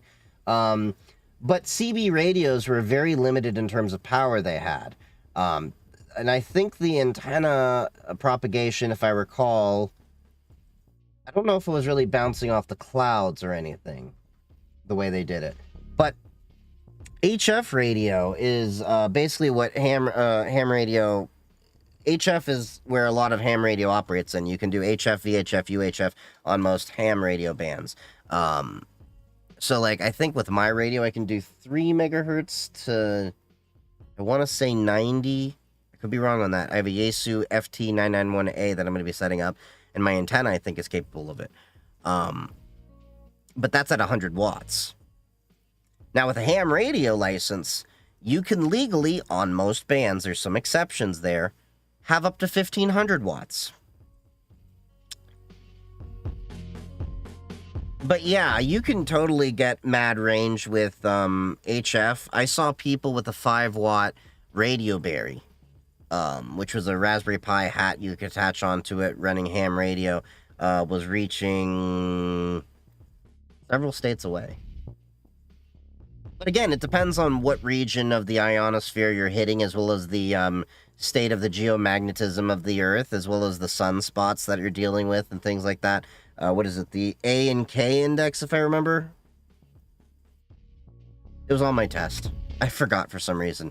But yeah, we have to go into all these things and check it out when you're in ham radio. There's a lot that goes into it, not just about hitting the clouds, but the time of day, the geomagnetism, the solar cycle that you're in the solar spot activity that's been going on to hit the Earth. So yeah, there's a lot you can do to increase your range in many different ways. And I think we're just coming off the peak of the solar cycle. So right now, for the next, 3-4 years, we should have some decent propagation on HF bands. However, after that, it's going to be going to minimal, and then it's going to climb back up again. So in my 40s, when I start getting into my old man yelling at cloud phase of life, we're back, baby!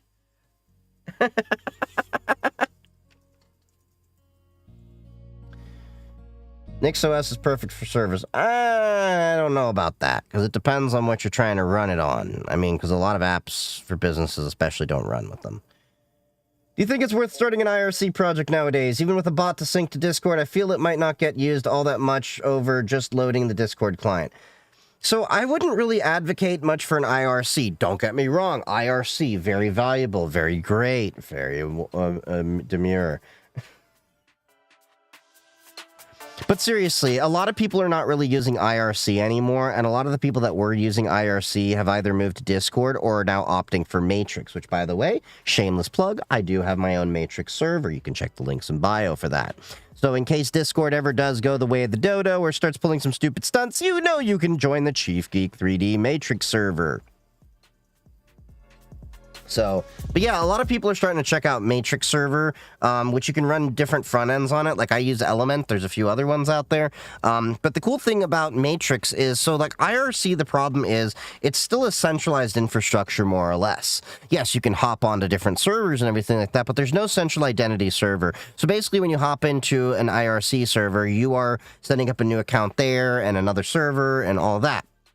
Whereas on Matrix, you can home yourself on one server, connect to multiple different servers and chat rooms, and have the same identity and home server across all of them. So you can guarantee that that person that you chat with in one place happens to be from the same place as the legitimate you. The real Slim Shady, if you will. So yeah, there's quite a bit that you can do. But I definitely would say that Matrix would probably be the better bet for a lot of you to go check out. Haven't been in IRC in years, actually missed it, good times. IRC was amazing. I learned quite a bit on IRC. Those were the early days. Yeah, Matrix is pretty awesome. I can actually pull up my Matrix right here. So you can actually see...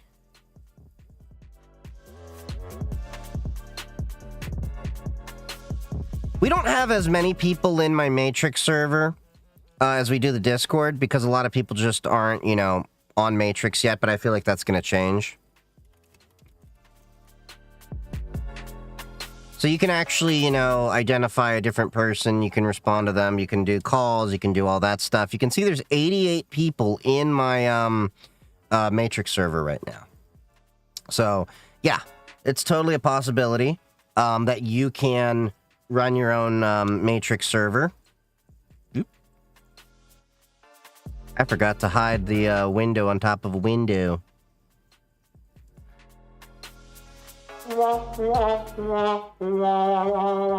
I've been testing out different platforms, okay?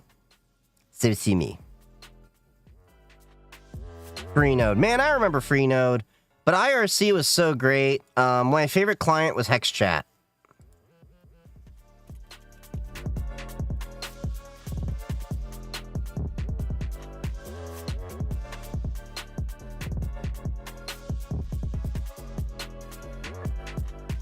But yeah, like as you can see, I'll bring this back up for a sec. You got people in the Matrix server from their own home servers, and you can see they're typing right now. Talking about, you know, Hacker Summer Camp. So, and this is decentralized. I can run my own server, they can come from their own server. See?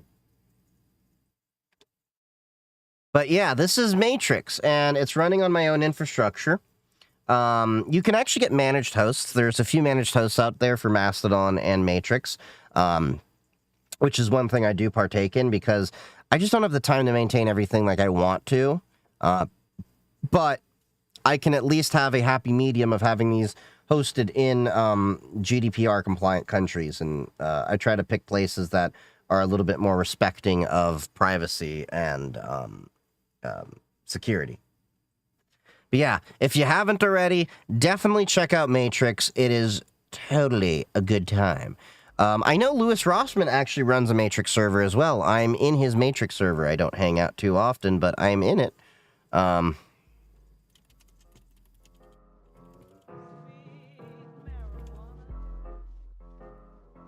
But, yeah.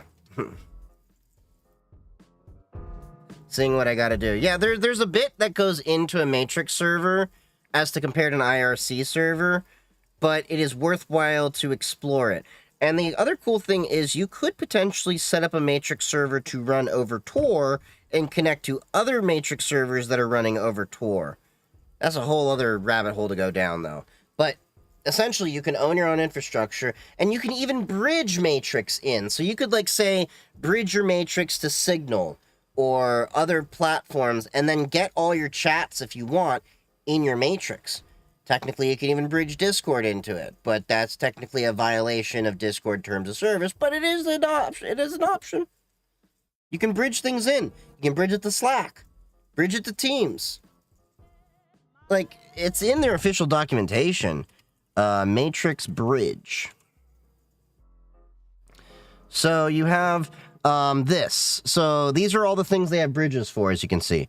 Discord, Slack, Signal, Telegram, WhatsApp, Messenger, iMessage, Mattermost, Google Chat, Mumble, Instagram, LinkedIn, Twitter, Skype, SMS, email, IRC, Nextcloud Talk, Mastodon, Kakao Talk, GroupMe, Line, WeChat, Tencent QQ, Talks, XMPP, and Zulip.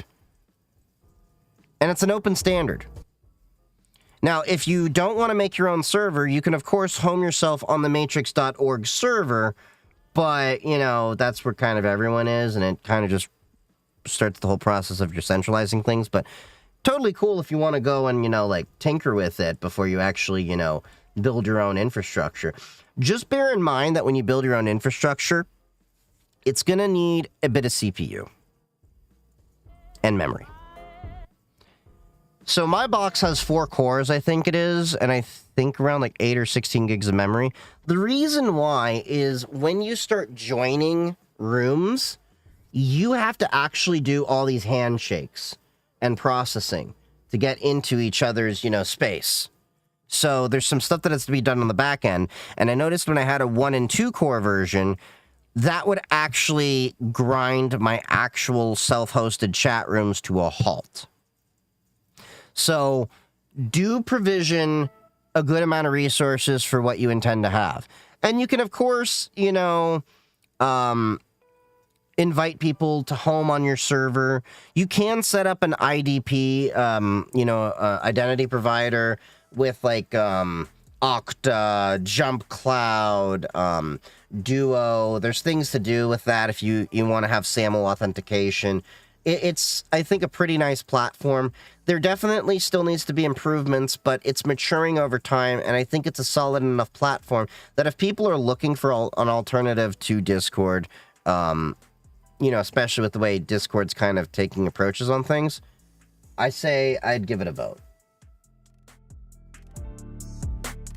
So you know what's interesting, and I'm probably going to jinx it when I say this.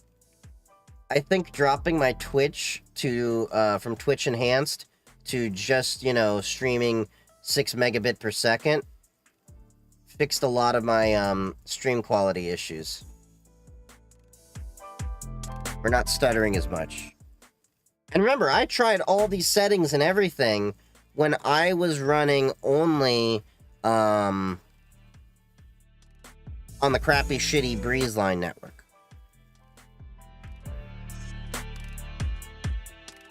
But yeah, overall, I do definitely say Matrix is a worthwhile platform to enjoy and everything.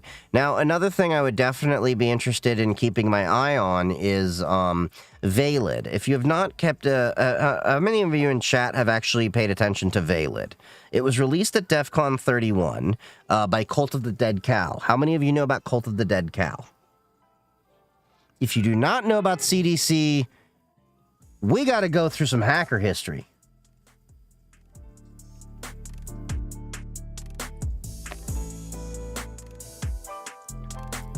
Okay.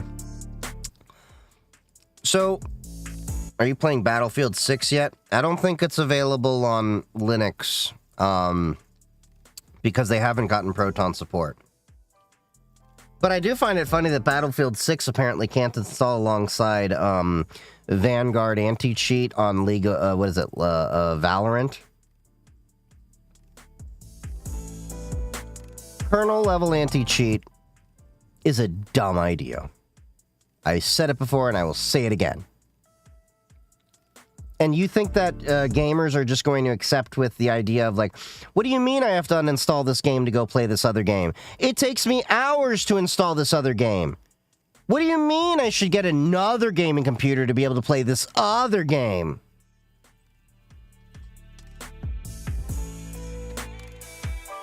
But yeah, the CDC, old school, they're living on. They're taking on new members and all that.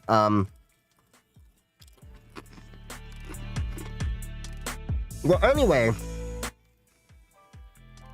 they have a new decentralized infrastructure that they're working on building out. called Valid.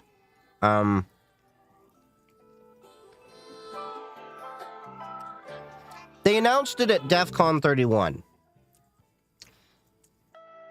They were promoting it at DEF CON 32 and 33. We've played a little bit with it in my local DEF CON group. We actually played with Valid chat so much we crashed it. That was funny. But it's slowly maturing.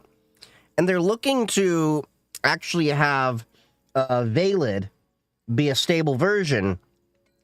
I think they said middle or end of next year.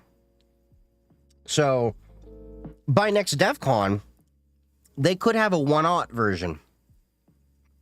And that'd be cool. So the idea with Valid that's a little bit different is, from what I can understand, let's bring up the draw.io diagram. Hey, look, we still had my grounding diagram over there. See? Even my drawings are better than pirate software. Sorry, Miss Jackson.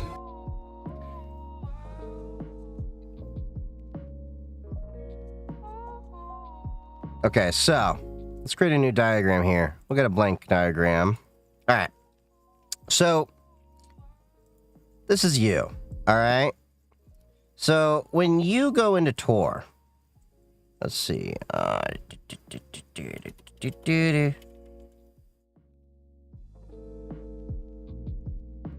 Hold on.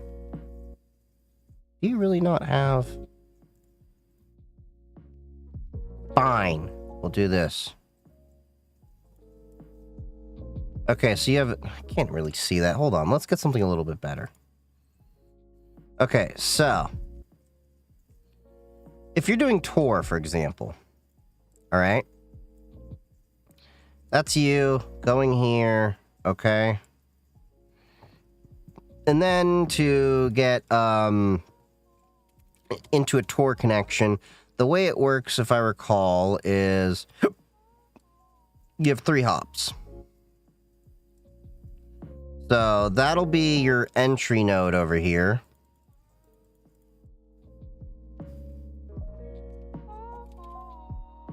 Okay. Then you have your middleman node over here.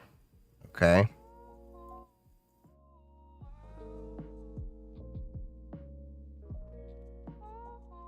That goes both ways over there. It's a bi-directional communication. Then you may have your third node over here. And this is your exit node. So this is how Tor essentially works for those of you that don't really understand it. Now, with that, it's ClearNet. God, that was a shit thing, but it's fine. You get the idea. So this would be your exit node over here.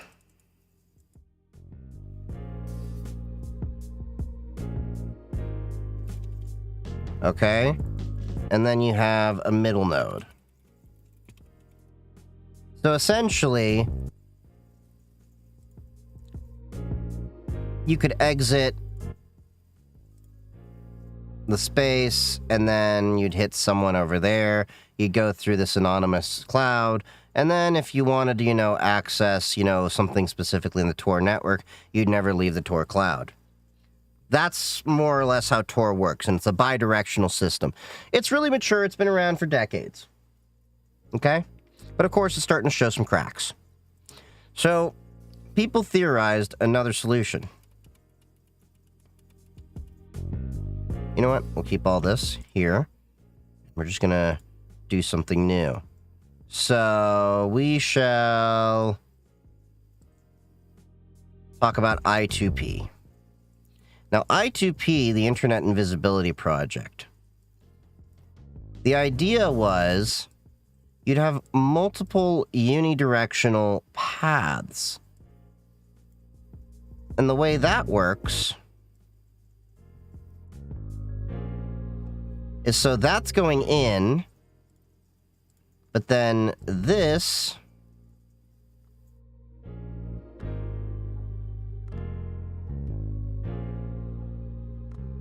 God damn it. You're really going to be a dick, aren't you?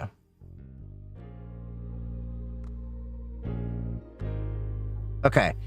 So that would go out to this would go out to that, and then you could, you know, say have another thing over here.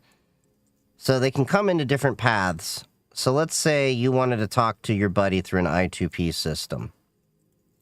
We'll put him over here. Now, I'm oversimplifying this just a little bit. So imagine with that, it could go in one path, and then you would go in here, and then from there, he would have his own path going there, and then from there to there. So the idea being you'd have all these unidirectional connections, but the issue being that you all have to connect through I2P. There's no ClearNet layer here. There is a way to layer Tor on top of I2P. We're not going to get into that, though. Now, with Valid, it's a little bit different because you're not dependent upon this one singular cloud here that everyone is kind of sharing. One could use the main Valid popular cloud, but then they could also build their own cloud. So that is what's interesting, is now we're talking about modularization, if that's the correct word, of these different darknet spaces for you to have a secure connection. Whereas Tor and I2P both inherently require everyone to more or less understand and share the same shared infrastructure. Whereas Valid, I could pipe it into a completely separate, isolated network here. So I could be on the main Valid network. I could be on my own private Valid network with only my people and everything. Valid, I think, is going to be very promising in the coming years as it matures. Yeah, it's cool stuff, isn't it, Kremlock? So Valid, here, I'll pull up the little Valid video.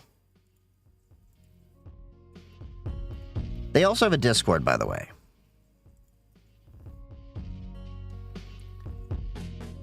So, they have, you know, of course, the discussions over here and how it works and everything. And by the way, this is less BS than that Raven stuff I saw earlier, because the Raven thing was giving me Crypto Bro vibes. Whereas this, like, I want you to understand this. They're not just on Twitter. They're on Blue Sky. They're on Fediverse with, you know, Mastodon and everything. They're wherever they can be, whereas that other project was only on Twitter, which kind of made me raise an eyebrow. Okay? But as they explain, the framework is conceptually similar to IPFS and Tor, but faster and designed from the ground up to provide all services over a privately routed network. The framework enables development of fully distributed applications without a blockchain or a transactional layer at their base. The framework can be included as part of user-facing applications or run as a headless node for power users who wish to help build the network. They also have these slides over here from DEF CON 31.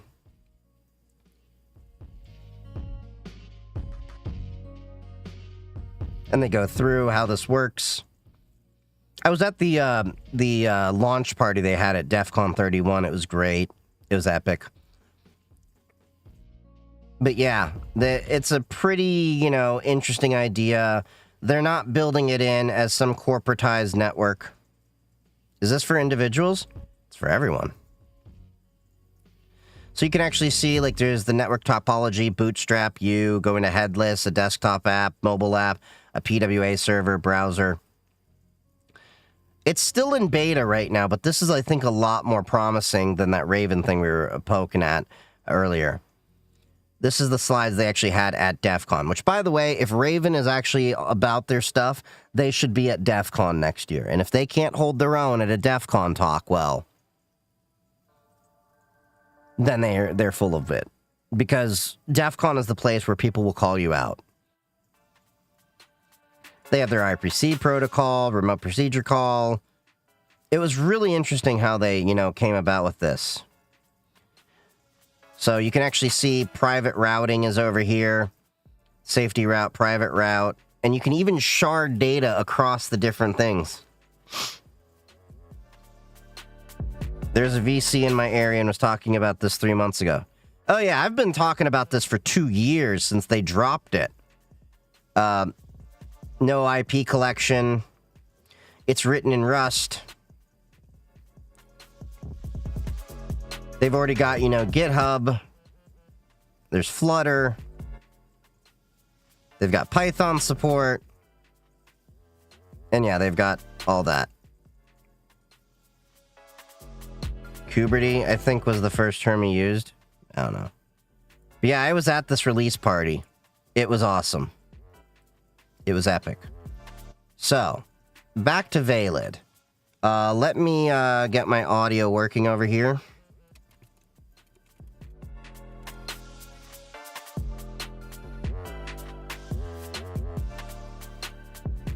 Because I didn't pipe the audio over to this box yet. Okay. Let me make sure we've got audio now.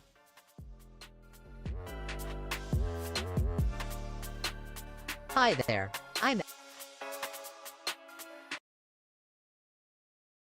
Turn this on.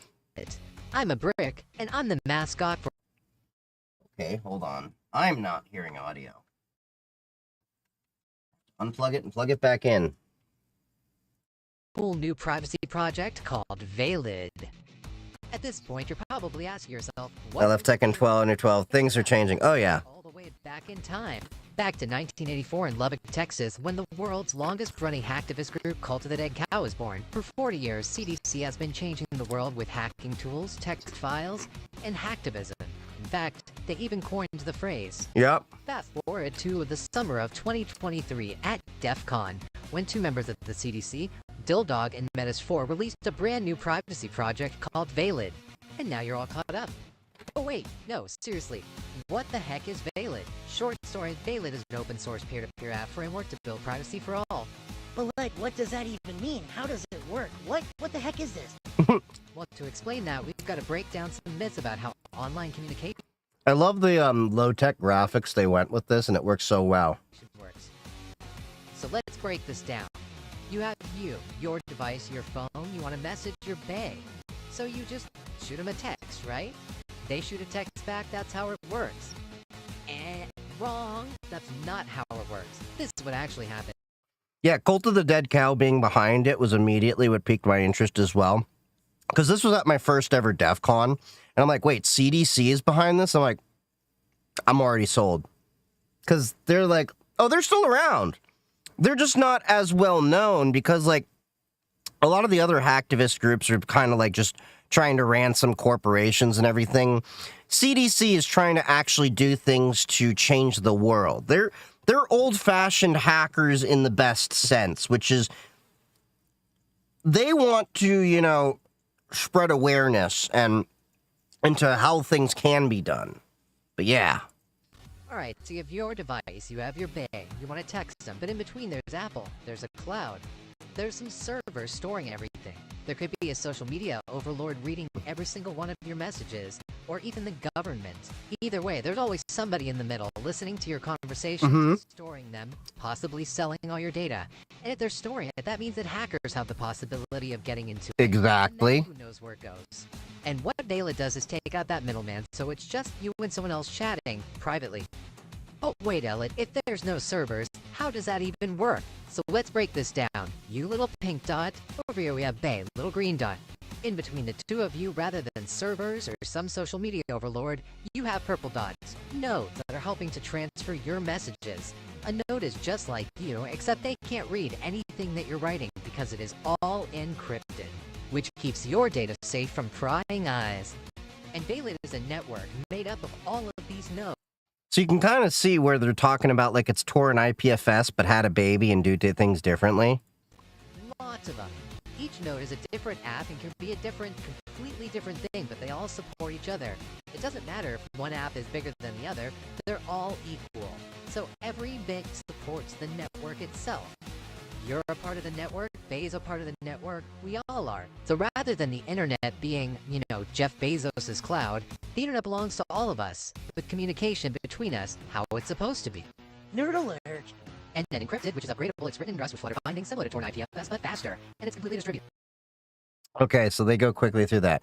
So it's ended encrypted. The encryption suite is upgradable. It's written in Rust with Flutter bindings, similar to Tor plus IPFS, but way faster, and distributed hashing table storage. Brand new way of privately communicating with your friends with no social media oligarchs, no government, and no servers storing your data, keeping it safe from prying eyes. Because Valet is an open-source app development framework, anyone can build any kind of communication app on top of it, with privacy and security built in. We've built a great community of people working together to build apps that are secure and usable.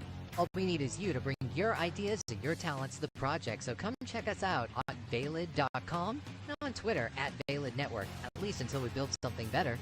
I hope you learned something from this video. But yep, that's Valid in a nutshell.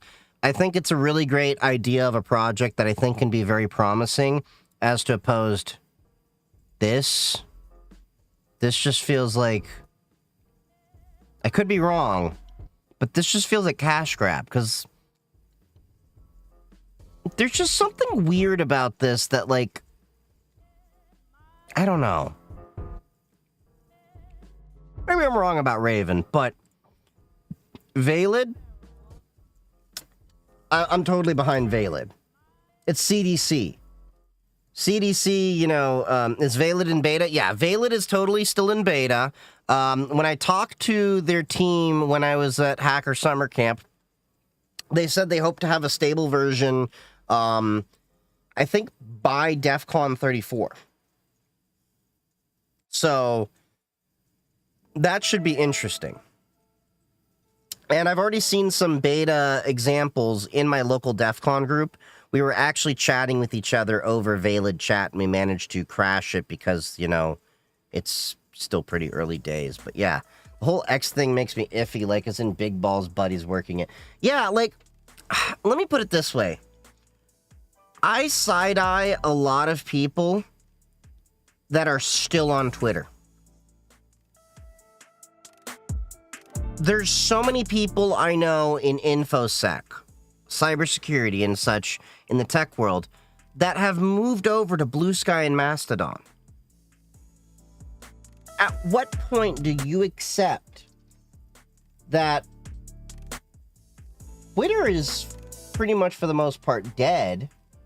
If you happen to cross Daddy Musk, you're not going to be able to have the reach in your audience. And then in order to get the reach that you would honestly like to have, you have to get on your knees for Daddy Musk, you know? I haven't deleted my X account, but I have been private on there for almost 2 years now, I think it is. I've been on Blue Sky, I've been on Mastodon. Now, I do use a cross-posting tool, so I can post to Blue Sky and Mastodon and Threads to a lesser extent at the same time. Can you give insight on Blue Sky? Well, it's just another platform for microblogging that's potentially decentralized in a different approach. And there's definitely more people on Blue Sky than there is on Mastodon. I will say that. I like the video on the voting machines. Yeah. That was a pretty interesting time with my buddy Digital Empress. She's a wonderful person. Was the game rigged? It's hard to say. There was a talk that I missed. I'm hoping that they recorded it so I can watch it later. Where they proved that there was ways to manipulate the voting in different ways. That's at least what I heard secondhand. When I get those talks, we will watch them together. So plan on that soon. I was chatting with Colonel Dump because he actually orders the talks to come ship to him on an SSD shortly after the con. So he should be getting them in a couple weeks, and then he's gonna probably send them over to me through an S3 bucket, and then I should be able to dump them onto my Infocon drive, and then we'll go through some of the talks, because there's a few talks I didn't get to see that I really want to at least watch them. That's the problem anytime you go to DEF CON. You're not going to be able to see everything that you want to see. So you pick and choose what you can and then revisit what you can't. Like, I got to meet Naomi Brockwell. If you haven't met her, awesome creator. She's lovely and she was wonderful in person. She gave a talk on in one of the Privacy Village about, you know, how more people should be speaking up for privacy technologies, things like that. I got to chat with her, messaged her on Signal as well. And you know, that was not recorded. So I wanted to go meet her, and I gave up another talk to go meet her. Got a picture with her, too. But yeah, she's just a wonderful creator. Naomi Brockwell has actually been an influence on me making a lot of my own content, because we do need more advocates to actually speak up for privacy and cybersecurity technologies as a whole. So I just jump in and run in with a random question. Any experience in DDR5 overclocking? Not really. I don't really do much overclocking anymore. Just because, in all honesty, the need for overclocking these days is not really the same as it once was when I was growing up. Back when I was growing up, you would really need to overclock things to see a major benefit, whereas now it's not as big of a deal with XMPP profiles, or was it XMP? XMPP, those profiles and everything. I only have one device that has DDR5 as well, and it's my laptop. I got 96 gigs of 5600 megahertz RAM in there. It works plenty fine for what I need. What's the tool that you use to post on a lot of different social media all at once? I use Fedica. There should be a link in my bio to it under product recs, I think.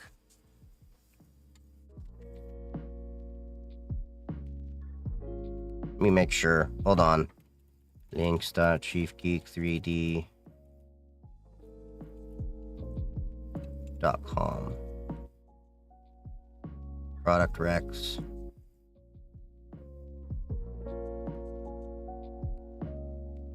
Yep, it's here. So if you go to my links in bio, you can actually see right at the top is Fedica. That's the app that I use to post across multiple social medias. You have to pay if you want it to cross-post to Twitter, but it's free if you want to have it cross-post to Blue Sky, Threads, Mastodon, and PixelFed. Most hardware nowadays seem OP, in my honest opinion. I never had to overclock anything in years since DDR3 days. I reckon most modern motherboards BIOS should have options to set without burning out your stuff. Yeah, honestly, I haven't really seen the need to overclock my stuff as well.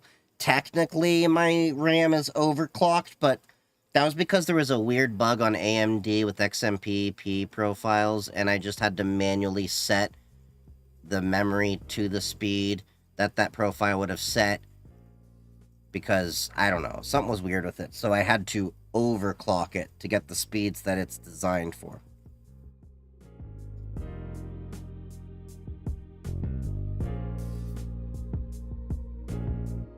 I have a Windows 10 PC, runs great. Why should I enable TPM 2.0? Because I think you need that for installing Windows 11.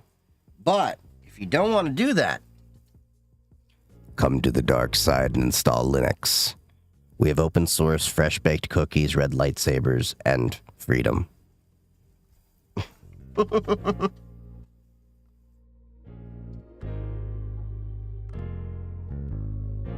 Manipulated quite easily as well. They got their unit from a freaking Goodwill, didn't they? Well, yeah, they bought the voting machines off of Goodwill and eBay and stuff like that. It's funny how, like, these voting machines just get sold on eBay. Like, you would think these machines wouldn't be sold, but they are. Lazy, so Mint all the way. Just get Pop OS, you'll be happier. Don't get me wrong, Mint is an option, but I just find Pop OS is a little bit better. That's just my 2 cents.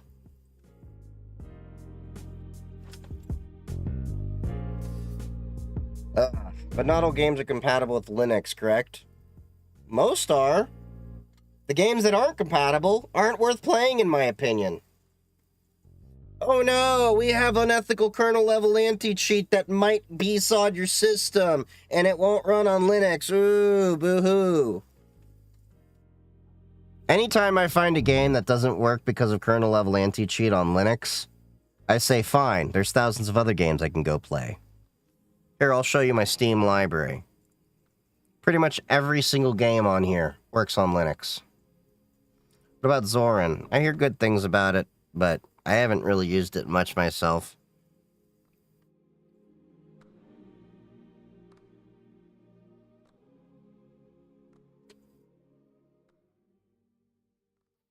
Okay, so this is my Steam.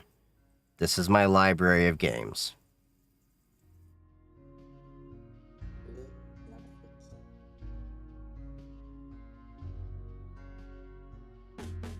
Pretty nice sized library. They all work on Linux. Apex Legends at one point did work on Linux. Now it doesn't. Because they wanted to do kernel level anti-cheat. What's up, Cinty Pinky? How's it going? Okay, but most Steam games run great. Okay, cool beans. Thanks. I'm thinking about switching because the force to go to 11 is dumb to me. It is. You might find a game once in a while that doesn't work on Linux, but like I said, there's thousands of other games you can enjoy your time with that actually are more ethical. And the problem is now we're finding kernel-level anti-cheat is conflicting with each other. You can't install Battlefield 6 alongside a Vanguard anti-cheat. I can't play GTA 5 online because of that kernel-level anti-cheat, but I don't want these guys running stuff on the kernel level. Exactly. No one should be running a video game at the kernel level. And from what I'm hearing, Microsoft is getting upset about the kernel-level anti-cheat stuff because of, you know, the CrowdStrike incident that happened. They're trying to set it up that soon no one will be able to do kernel-level access anyway. That's at least the scuttlebutt. Can you play games off of Steam also, or not really? Steam Deck is running Linux, and Steam has their own operating system called SteamOS that is Linux. And I've been running Steam to play most of my games on Linux. Does that help answer things? Now, Steam has been one of the biggest investors in gaming on Linux because they actually saw that Microsoft, they saw years ago Microsoft entering the online gaming store where you have to buy games through the Microsoft Store was a threat to their business model because Microsoft can and possibly will eventually force people to buy a lot of games through the Microsoft Store. And the problem with that is that's a threat to their business model, which is why they threw all this money into Linux and gaming on Linux. They want, and in a way, need gaming on Linux to succeed, to preserve the future of gaming as a whole. That is the reality, and a lot of people don't seem to understand it. So while people are sitting back here making these, in my honest opinion, for lack of a better vocabulary to say this, dumb argument of, I'm not going to play this game, I'm not going to switch to Linux because this one particular game I have requires a kernel-level anti-cheat on Windows, you're feeding into the monopoly of embrace, extend, extinguish that Microsoft historically had, that the Department of Justice even unveiled, which kicked Bill Gates out of Microsoft from in the late 90s, early 2000s. So my argument to anyone that actually believes in the movement of stop killing games and the whole preservation of gaming as a whole, as we love it, is to embrace open source and get with the understanding that you should be gaming on Linux, and embrace the idea as well that if it's not going to game on Linux, you're not going to game at all. Do I sound a little puritanical? Perhaps. Do I sound a little bit of an idealist there? Perhaps. But can you honestly tell me, knowing the history that Microsoft has had, with how they've embraced, they've extended, and they've extinguished many technologies to build up, and extend their own monopoly, that is not a possibility. Look at what's happening with GitHub right now. GitHub, the core repo for a lot of the world, and a lot of our open source projects, is now being absorbed into the Microsoft Core AI team. So now GitHub as we know it is going to be going away. I don't know what's going to replace it. And I don't think GitLab is quite to the level of where GitHub, once was. And I don't think a lot of projects will have the, wherewithal, the resources, whatever, to move their entire projects over. That is the unfortunate reality. And why? Because Microsoft embraced, they extended, they extinguished. How did they extend GitHub? GitHub Copilot. They embraced all these extensions into Visual Studio Code to make it work nicely with it. And then what? They extinguished GitHub as we knew it. And we're stuck using GitHub. So that is the unfortunate reality. Isn't GOG helping too with being able to get DRM free games? In a way, yes, but the reality is ultimately the tools underneath to be able to play those games on a non-monopolistic operating system are far more important than the games themselves being DRM free. More or less, and I'm oversimplifying this a little bit, a game with DRM is less important than a game being able to freely run on your operating system of choice, if given the choice between Mac, Windows, and Linux. FreeBSD is a whole other argument, but it wouldn't be too hard to get Proton to work with FreeBSD, but then you'd need that. But anyway. But yeah, so the reality is, in order for us to really protect gaming, we must do a couple of things. One, we must embrace and support movements such as Stop Killing Games. Because studios should not be able to kill a video game just because they don't want to support it anymore. Now, I'm not saying that studios have to perpetually support a video game. What I'm saying is, like one of my favorite video games, Tribes 2, I've talked about it many times, I've showed it many times. They released the applications and everything free to the community. The community then picked up the work, patched it, and then made Tribes Next, which allows you to play the game in community-run servers without the company. The company doesn't even exist anymore, but you can still play Tribes 2. That exact model is what we're looking to have in Stop Killing Games. That's because a studio decides to not support the game anymore, we should be able to still continue playing on the game, especially in single-player formats, like The Crew. The fact that the online play went away and then you could stop playing, you couldn't play it anymore, was BS. But the online version should be allowed for the community to continue supporting the actual systems. Now, aside from the Stop Killing Games movement, we should also be supporting gaming on Linux. And to a further extent, maybe down the line, gaming on FreeBSD. But that's a whole other bag I don't want to unpack right now, because that would require NVIDIA and stuff extending into, FreeBSD. And there's a lot more work that has to be done on the FreeBSD side. But anyway, Linux, at least, is viable to be a gaming platform. The only reasons people complain about gaming on Linux not working well is because of kernel-level anti-cheat, an unethical piece of crap software that is violating your privacy and your security of your device with the false promise that it's going to stop cheating. And we all know there are tons of cheaters in games that have kernel-level anti-cheat, especially with the fact that you have direct memory access DMA cheats now, where people are literally hooking in a second computer with a fake device to interface to the host computer to be able to read and write to the memory while it's pretending to be a Wi-Fi card or something. Developers need to focus more on server-side anti-cheat. There's ways you can do this. Now, is there a perfect system for it? Absolutely not. The world is not a perfect place, therefore we are not going to have perfect solutions. But developers have these half-assed attitudes of, well, if we put this, software on a machine to look for all these things, then we can, look, cheaters are going to find 50 million ways to get around it. How about once we identify the cheaters, we throw them into lobbies with each other, and then the game sucks for them because they're stuck in a lobby full of cheaters?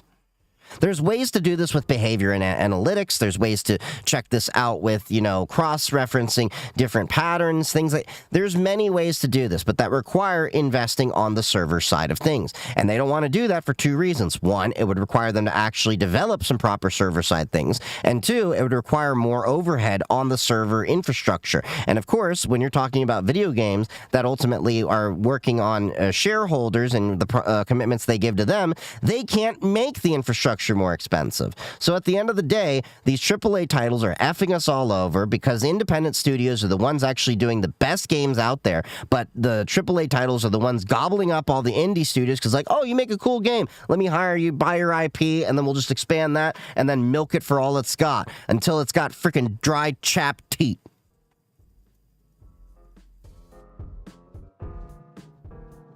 Trabs, I played the shit out of that game. The one with the huge maps, right? Yeah. Like, you can totally go, like, here. I'll show you right now. What do you see? Logo. Tribes 2. Yeah, Star Siege Tribes still works. This whole thing started in the early 2000s when big AAA corporations like EA was buying small independent studios and gatekeeping their IPs. Absolutely. You had EA, you had Microsoft is doing the same thing. Sony, to a lesser extent, was doing that. Come on. Why are you not working? But yeah, you can totally install Tribes 2. So it's actually built into Lutris. You can actually get the Tribes 2 installer here. I wonder if it's just being a dick and I gotta reinstall it. There we go.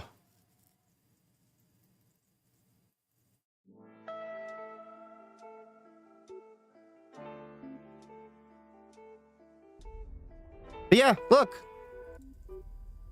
There's still Tribes 2 servers. This game still works. This is exactly the kind of thing we are talking about that, you know, Stop Killing Games should support. Yeah. Kremlock, we should launch a Tribes 2 server with Ultra XL. If you know, you know. I'll settle for Ultra VX. Because I don't see any here, but I do have the mod files, I think, somewhere for it. But let me see. We can find a server maybe without a... Okay, bot. Okay, this one looks like it doesn't have a lot of bots. It's on the Triumph rule set, though.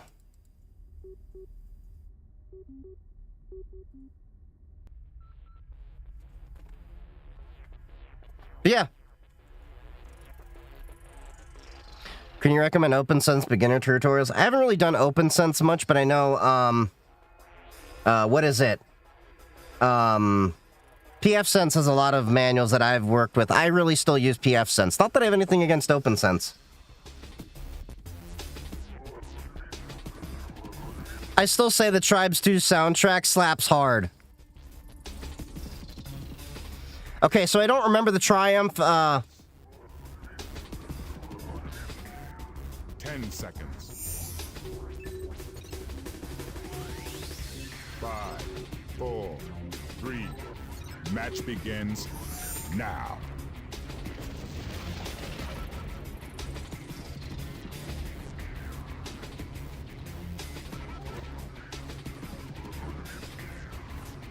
Ah! Did we just lag?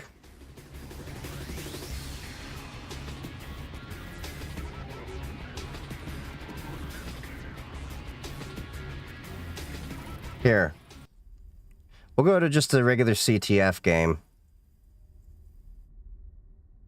I don't know why that lagged like that.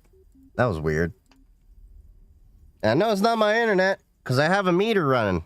We'll rejoin that. Oh, it's got high latency over there. That could be why.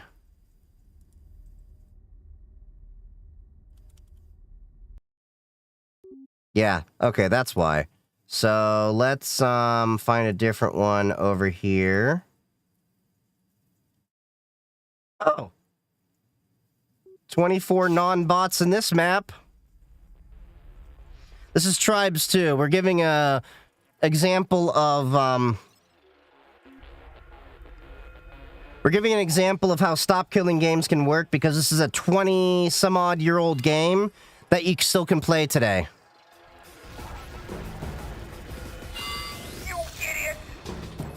Team Inferno scores.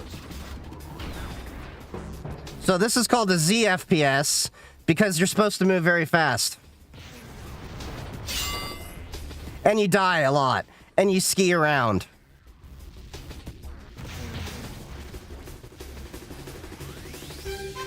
You see how fast we're moving? Alright, going in for the cap. God damn it. I'm not used to this map.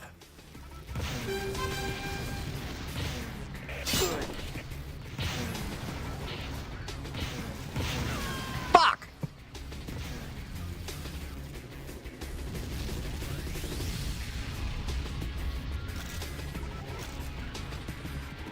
Team Storm scores.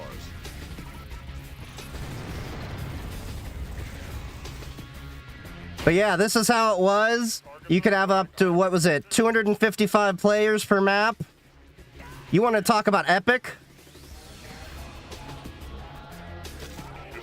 Oh, he's got a sniper. Fuck. I forgot, you need... I'm not on Ultra XL. I don't have unlimited energy.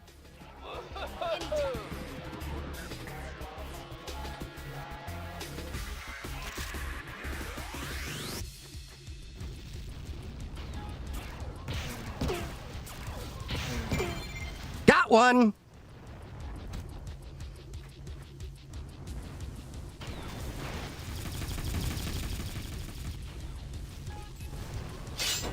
But this was the game that revolutionized a lot of CTF.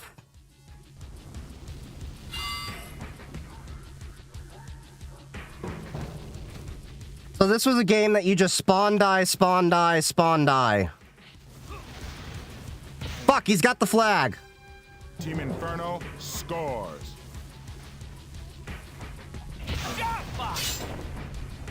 Yeah, this is Tribes too. Hello.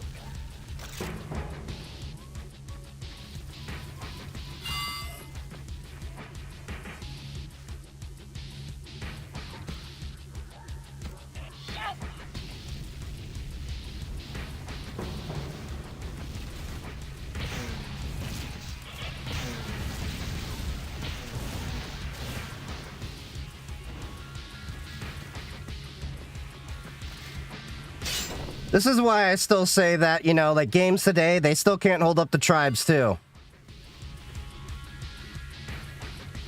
So the way you ski is you hold the space bar down, and then it activates your frictionless boots. So you slope down, and then use your jetpack. So this isn't just an FPS game. This is what they called ZFPS. Enemy flag.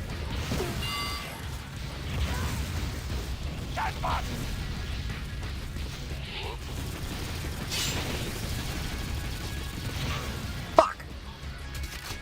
Can anyone bring me some ammo?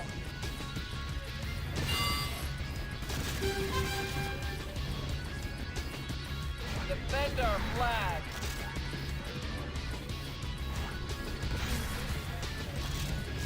Team Storm scores.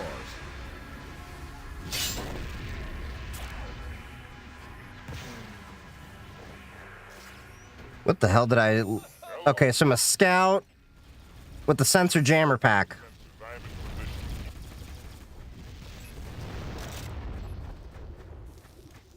Let's get my loadout changed. Hello. Reinforce the offense.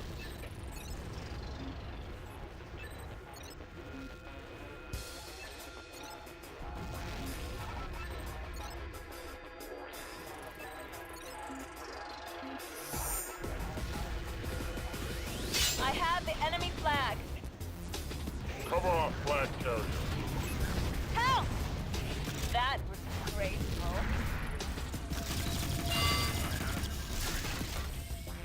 I have the enemy flag. Alright. I have the enemy flag. I have the enemy flag. Woo! Oh yeah, this game was great, and I think it's still great.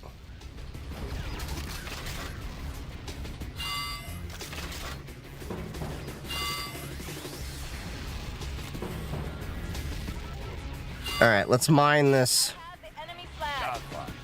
Crap, what's the mine key? Fuck. Retrieve a help! Woohoo!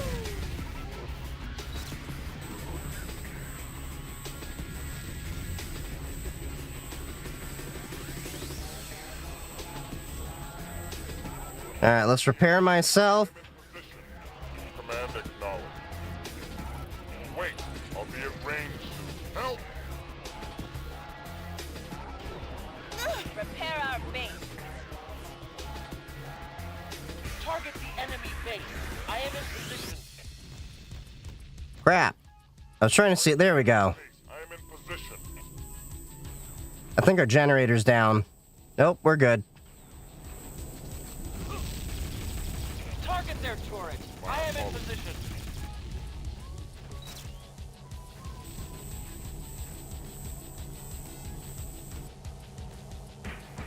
Retrieve our flag. Command acknowledged. Wait, I'll be at range soon. Shot bot. I've had one. Target their flag. I am in position.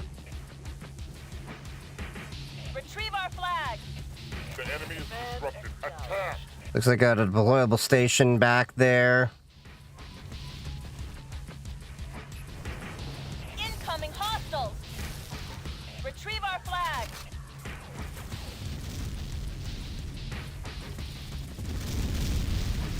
Go initiate.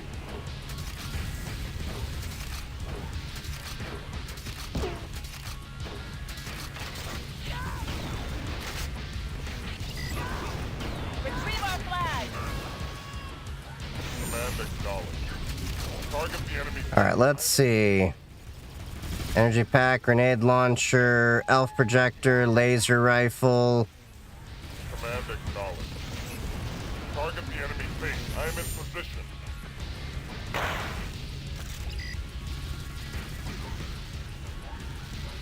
I'll just stick to scout.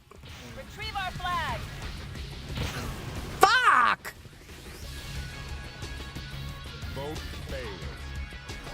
But like you can tell, this is how fast-paced this game was. Kill death count? What's that? Repair our base. Everyone dies, everyone kills. I am in position. Bro, friendly fire!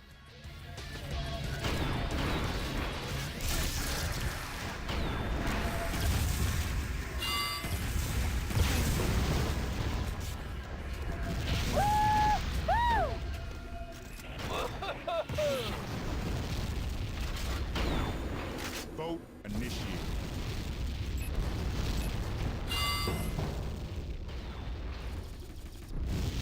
Defend our base.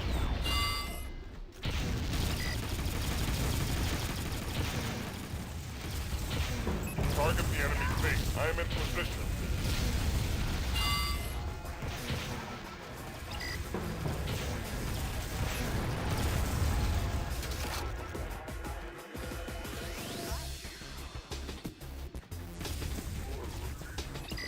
Let's go to that deployable station there. Oh yeah, this is why, if you ever look at me with games, why I can do quick aim, this is the game that taught me it. Incoming hostiles.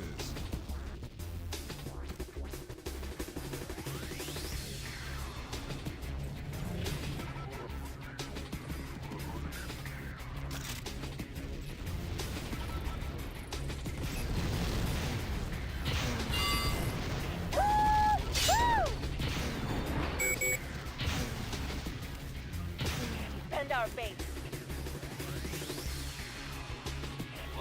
Defend the entrance.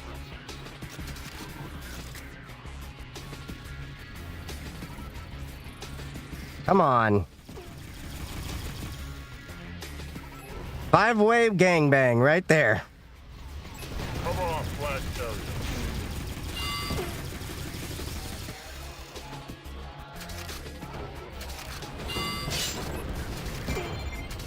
Gotcha, bitch!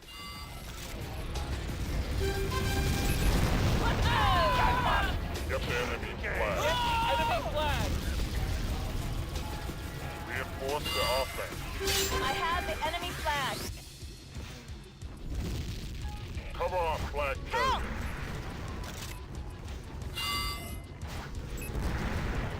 Now wait till we get a map with vehicles.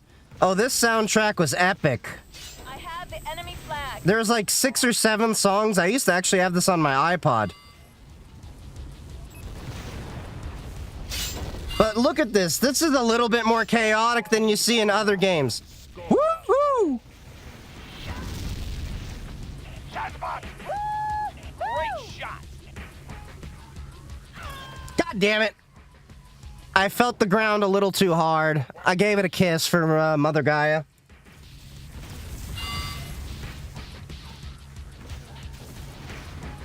I want to buy one, but it's like $300 for an old iPod with more storage. Yeah. It'll genuinely run you about $250, $300 for a good one. Alright, so we're going to go with the energy pack so we can go a little bit faster. And I like to keep a scout so I can move a little faster.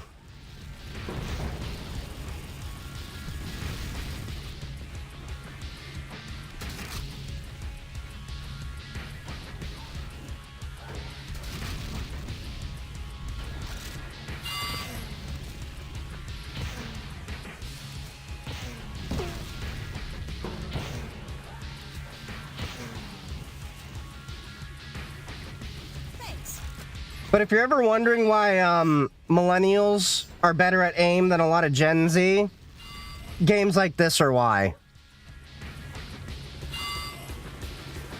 Could you imagine having to do three-dimensional positioning?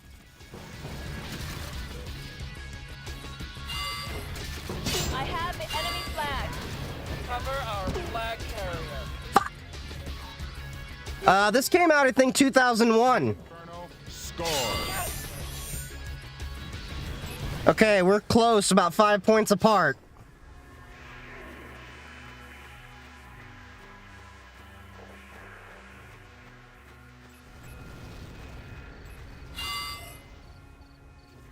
Watch where you're shooting. Alright, this didn't have built-in voice commands, if I remember, so we all used emotes and stuff. Okay, we're up 100. Cover our flag carrier.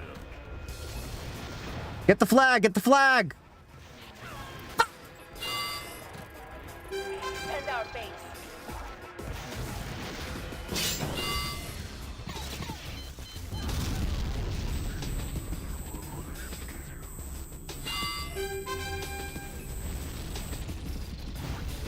Go ahead, buddy. Go.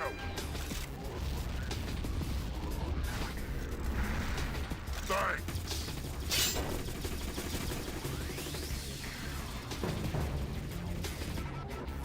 Destroy enemy sensor.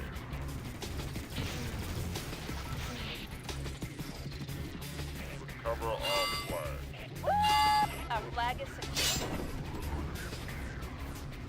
Retrieve Oh, this is Tribes 2.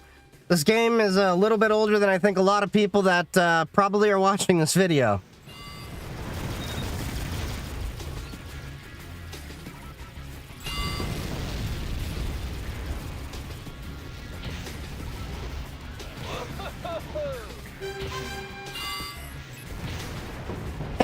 Gotcha, bitch.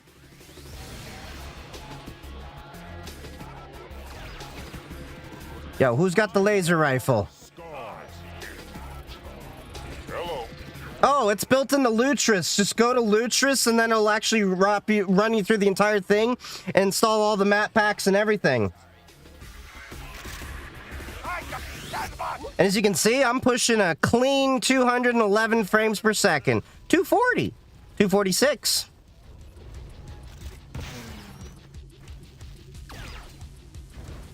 Let's go.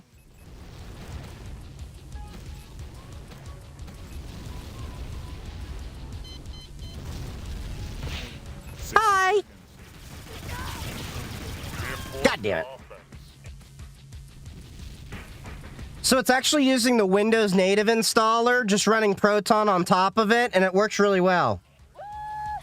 And then, of course, if you get the Lutris package, it'll it'll install all the map packs and the tribe's next patch to get it working. So there's a community patch that you need to run to make it work. 30 seconds. Infiltrated the base. Yeah, Unreal Tournament and Tribes were like classics. That was graceful. Target acquired. 10 seconds. All right, we're gonna win this one. 4, 3, 2, 1. Matching. Woo! That was graceful. Good game. Good game.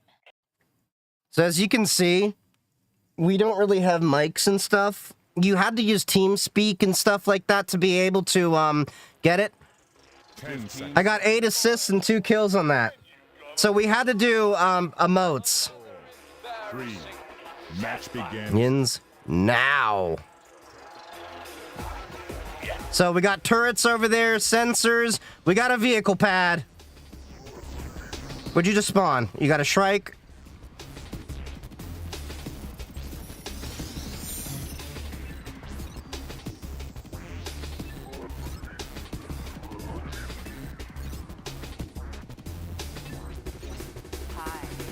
Defend our flag. Oh, shit. He got a mobile attack tank.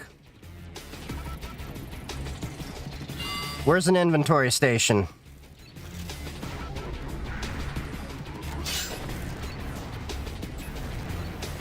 Team Inferno scores.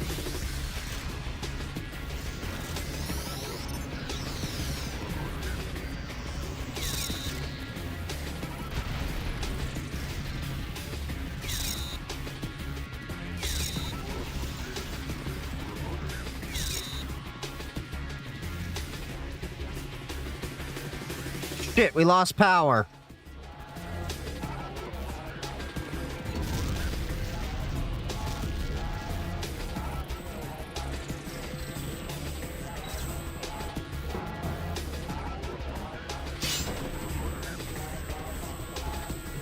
Repairing the generator.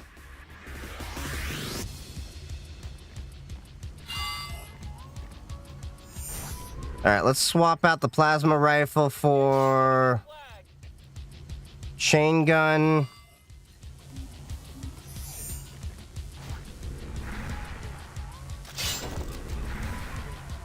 This is Tribes too.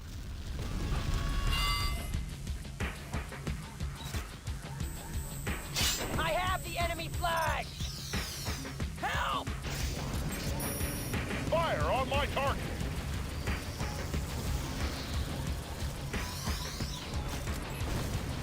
Oh, god damn it. I forgot the commands.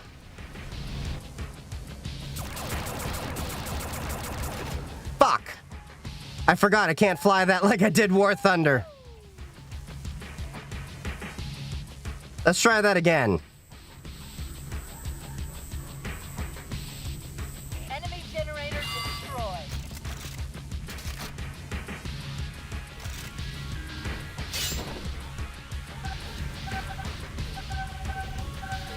Enemy vehicle station destroyed.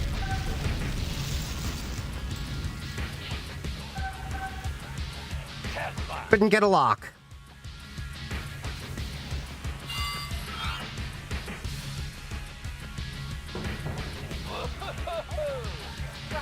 Attack. I'm on repair.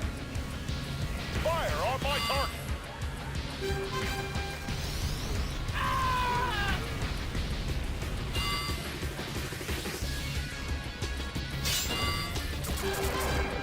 Oh, that's too bad.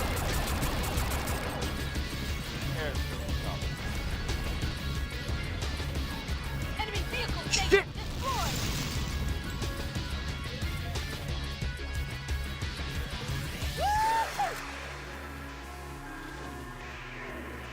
Well, may as well do something with this. Enemy generator destroyed.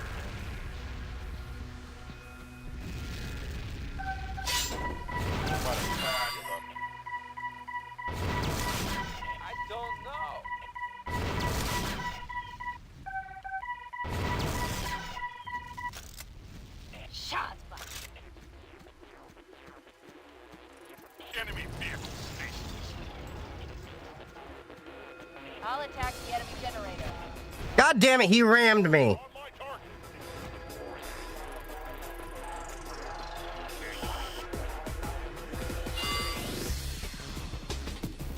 Enemy vehicle stations. Think I set the men pain of agony trying to jailbreak it with Black Rain or whatever just to install. Yeah, I remember that.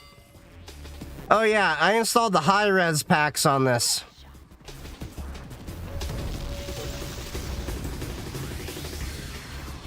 Reinforce the offense.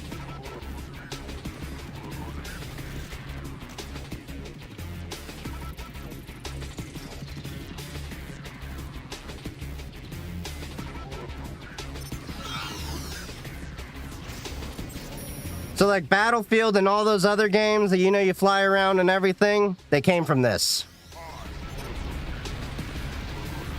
Hi. Hello.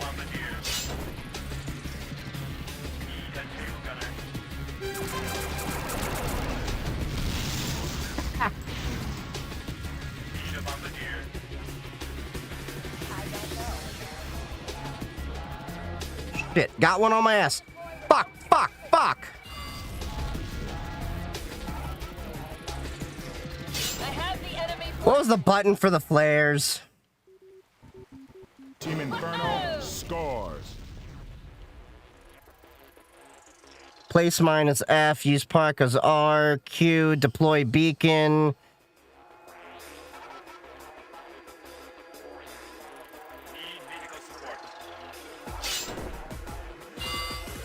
Enemy remote equipment destroyed. Yes.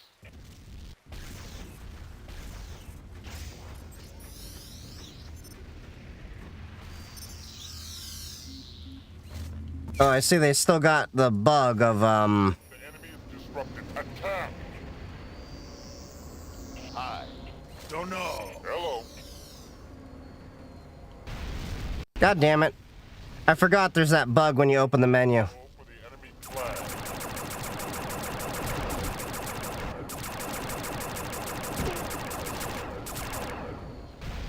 Destroy the enemy vehicle. Destroy enemy turret. Defend our base.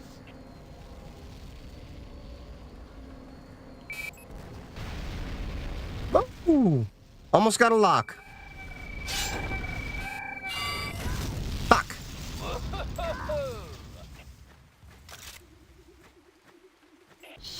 I will attack the enemy turrets. Shazbot. I'll attack the enemy generator. Destroy enemy turrets. Incoming hostiles.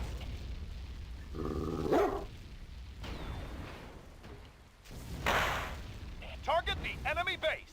I'm in position. Target the enemy base. I am in position. The enemy is disrupted. Enemy Attack. generator destroyed. Help! Shit, Incoming hostiles. we don't have power. Destroy enemy sensor. the enemy flag.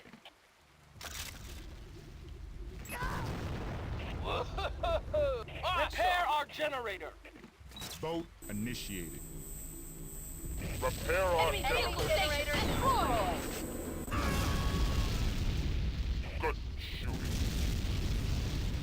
Where's my insert button? Do I not have an insert button? Give me the flag.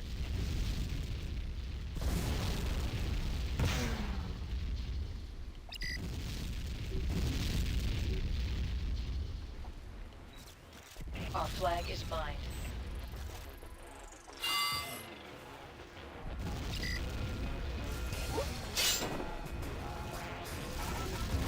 Repair our generator.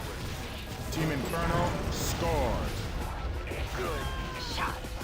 Vote failed. Oh, vote yes.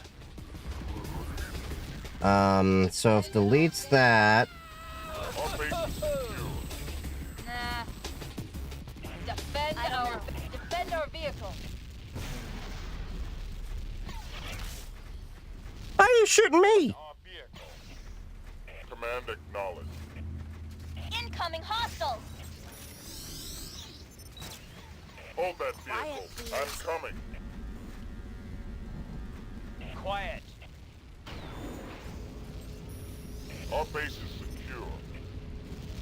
Attack. Target the enemy base. I am in position. Get the enemy flag! Target the turret. I am in position. Destroy the enemy vehicle. Team Storm scores.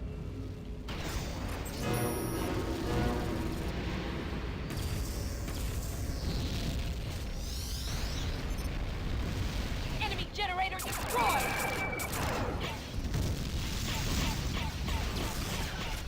Hold that vehicle. I'm coming. The enemy is disrupted. Attack! Yes! Give me the flag. Yes! Technocracy. Cover our flag. Defend our flag. Team Inferno scores. Need pilot for turboprop. Oh, I see. You set it up as a mobile turret. Need a bombardier. Need pilot for turboprop. Attack.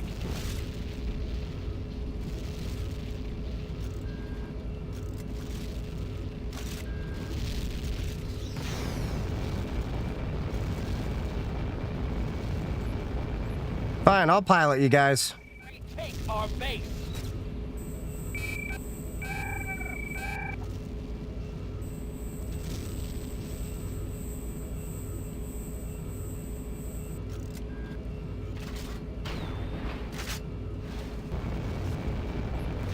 Fuck. I forgot how clunky this guy is. Target their flag. I am in position. Oh, god damn it! Disrupt the enemy vehicle. Y'all did not see that. I do not suck that bad.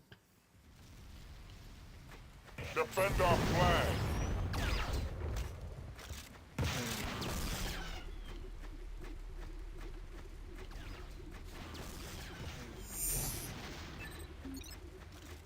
Cover our flag. Take the flag from me. No.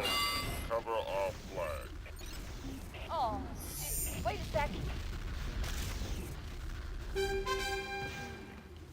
Team Storm scores. Defend our flag. Destroy the enemy vehicle.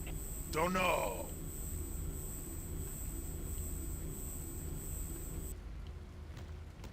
Okay, let's go. God damn it.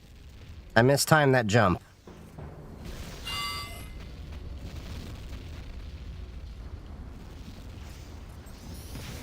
God damn it. Target their flag. I have the enemy flag.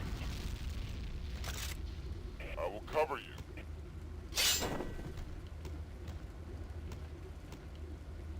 Cover our flag carrier. I forgot the energy rebuild's so slow on a juggernaut.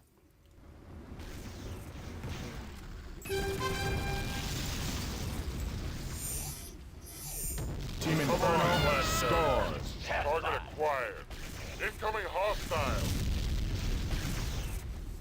Target the enemy base. I am in position. Enemy vehicle station Destroy enemy destroyed. turret.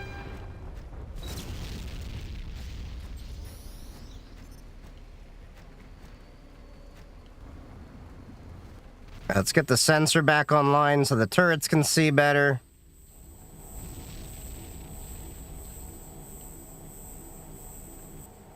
Shazbot. Shazbot. Target their flag. Hello. Need vehicle support. Attack. Shazbot. I have the enemy flag. The enemy is disrupted. Attack. Destroy enemy sensors. Attack. Destroy enemy turrets.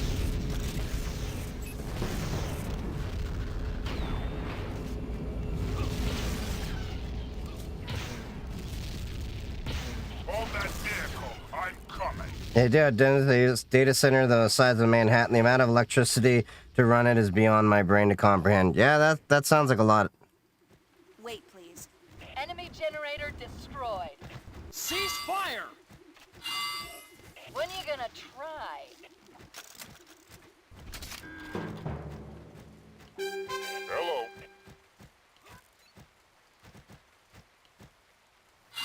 Sorry. Not your day. Is it? Team Incoming Storm hostile. scores.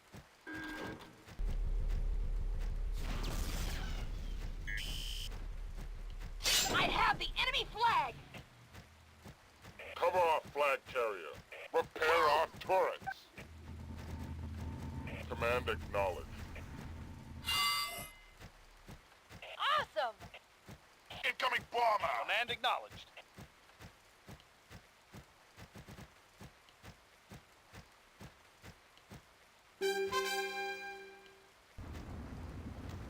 My apologies. Target their flag. I'm in position. Incoming bomber. I could get a lock on him, but let's get this missile turret up. Sorry. Anytime.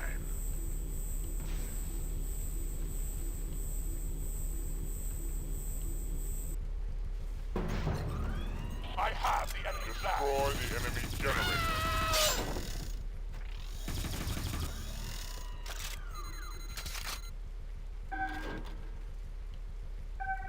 Cover our flag carrier.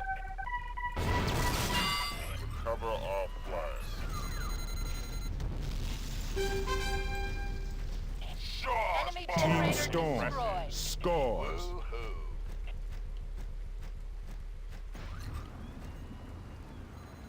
Incoming bomber. Watch where you're shooting. Enemy sensor. Get that little turret. Yep, this is Tribes too. No. Gunship ready. No. Need a ride. Shazbot! I am on repairs. Hi. Silence. I'm on. Ah! Quiet. Yes. Ah, you are weak. Repair our vehicle station.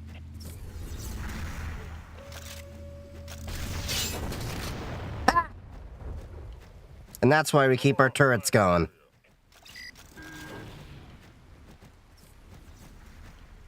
Help. Gunship ready. Need a ride? Cover our flag carrier. Get the enemy flag! Incoming hostiles!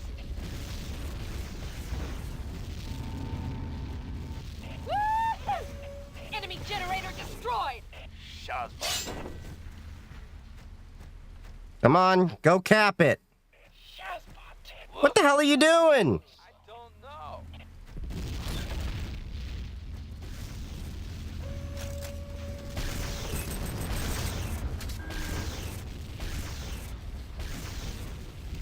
Team Inferno scores.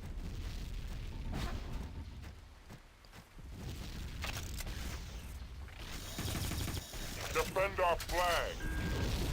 Defend the enemy. No.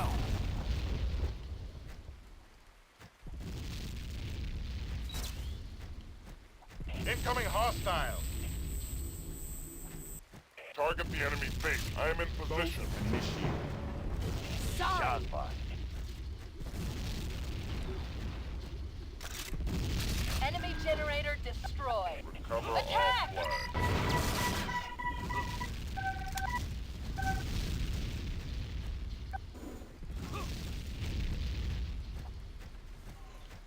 Required.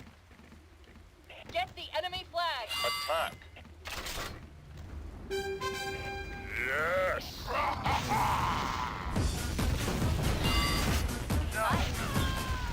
Hello. Shit. The enemy's in our base. Vote passes. Defend our flag. Defend our base. Sorry! Vote initiated. I am on repair. Destroy enemy turrets. Incoming bomber. God damn it. Gotta shake, tail, and bail, but I'll see you soon. Going to get this installed tonight. See you later, Kremlock. Enemy flag. Another embarrassing death. Yeah, I'd totally love to get an Ultra XL server going.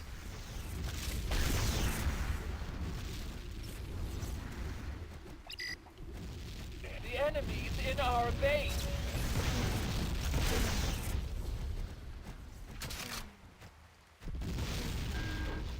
I am on repair. Vote fails. Repair our Enemy sensors. vehicle station destroyed. Destroy enemy sensors.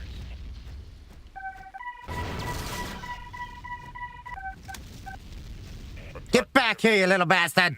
Yes. Good shooting. Impressive.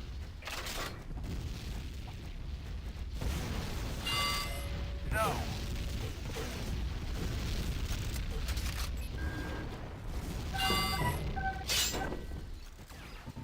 Yes. Cover our flag carrier. Destroy turrets. At least I left a little present for them. Yes. Enemy generator destroyed. Testbot. Awesome. Enemy turrets.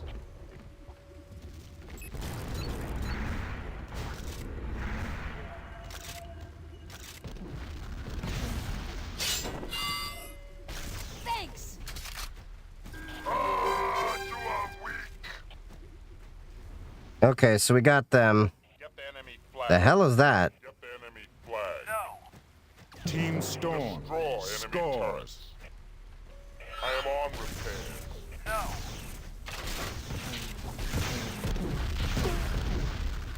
Ha Get the enemy flag. Embarrassing. You are weak. Destroy enemy turrets. Enemy generator destroyed. Thanks. Wait, I'll be in range soon. Thanks. I am on repairs. Awesome. Cover our flag carrier. Give your flags to me. Our flag is secure. Thank you. Alright. Not what I wanted to do. Destroy Need to get the sensor going. Get the enemy flag. Anytime. Destroy the enemy generator.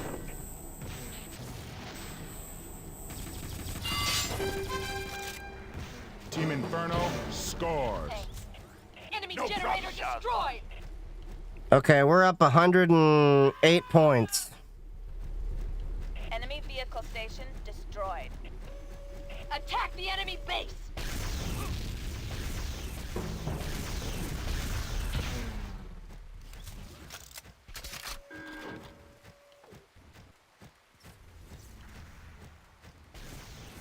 Fuck. I'm on repair. He's out of range. Incoming bomber. I can't catch up on that. The hell he's running to McDonald, man? Hello. Nice. Target the enemy base. I am in position. I'll attack. Target their flag. I am in position. The enemy is disrupted. I'll Attack. attack. Cover our flag carrier. You looking for me, buddy?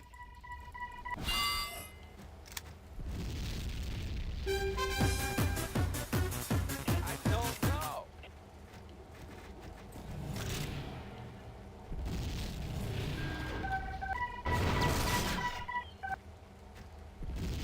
Hello. Look, I see where you are.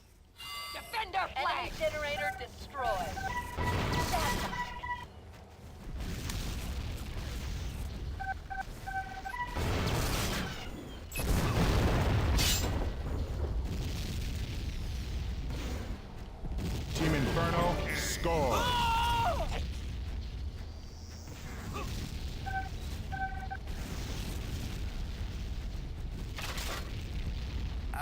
Get the flag. I am in position. What is your assignment?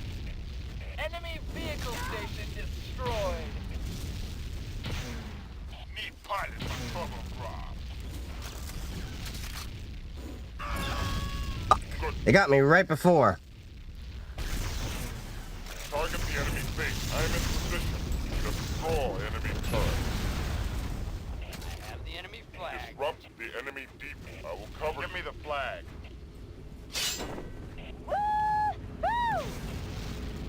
Give me the flag. Oh, they got a full load. Cover our flag carrier. Vehicle needs escort. Cover our flag carrier.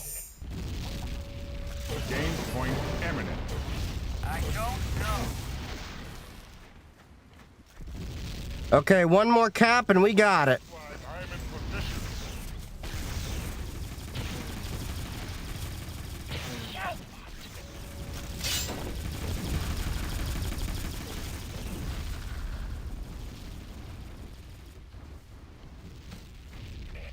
Yes. Defend the entrances.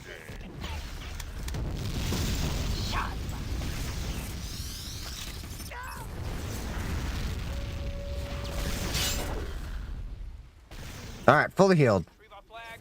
Yes.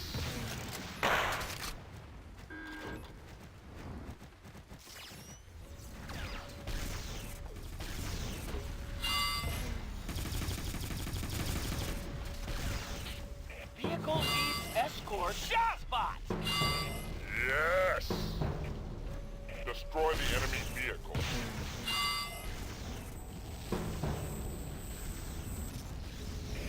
Yes.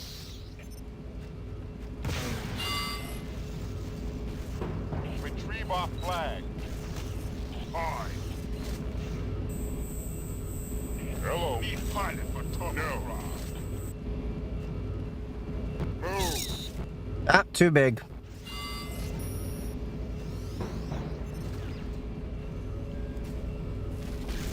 I think we're close to a game point. Hold that vehicle. I'm coming.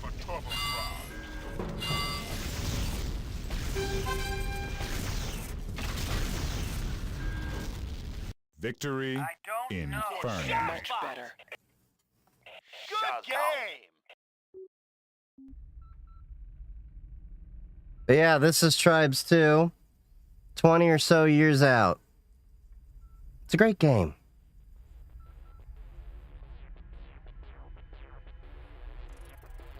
10 seconds. Good game. 5, 4, 3. Match begins now.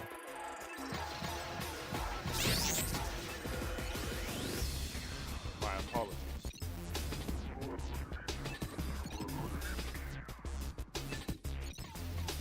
Here's what we're gonna do. Watch where you're shooting. No!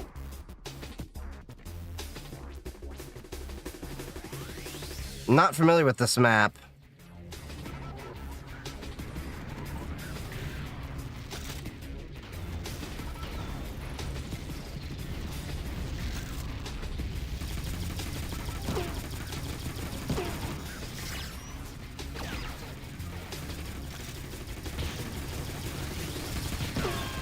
Fuck.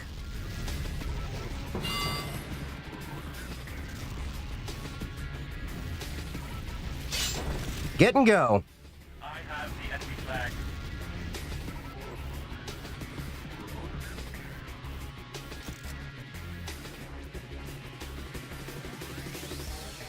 Cover our flag carrier.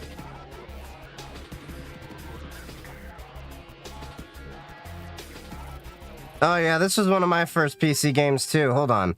What was the control? Zoom is E? And what's control?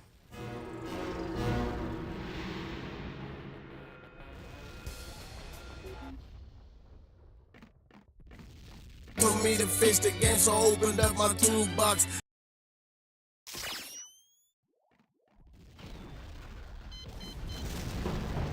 Sorry. God damn it. I got shock lanced. Used the skin for this game? Yeah. Thanks.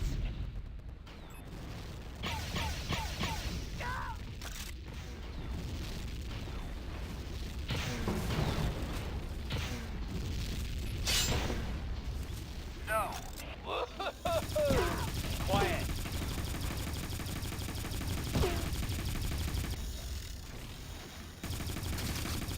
I think I got him.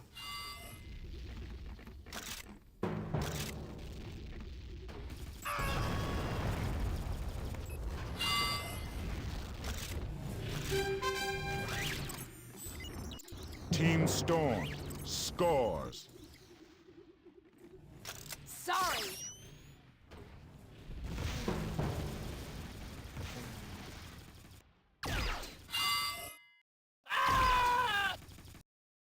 Retrieve our flag.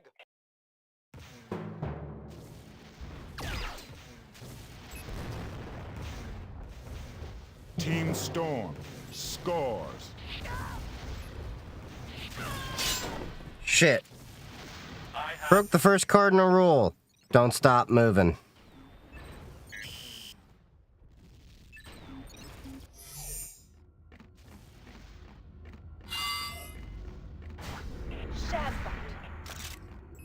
Retrieve our flag. Retrieve our flag. Target acquired. I've had word. Yeah, this is Tribes too.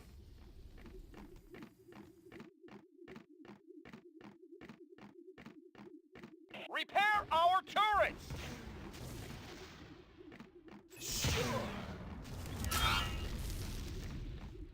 Ah!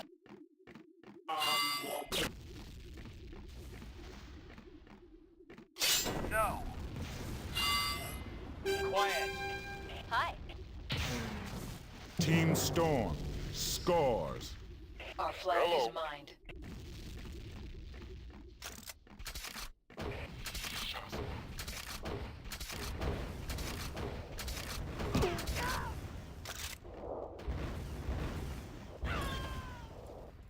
F and A.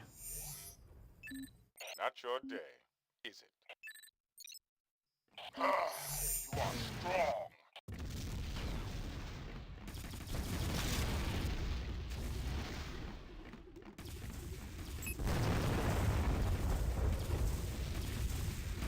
Thanks.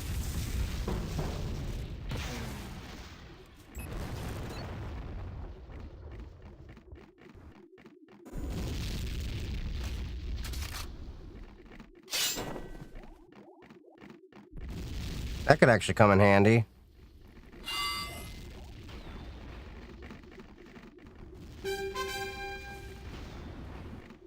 Repair our base. Incoming hostiles. Okay, come on.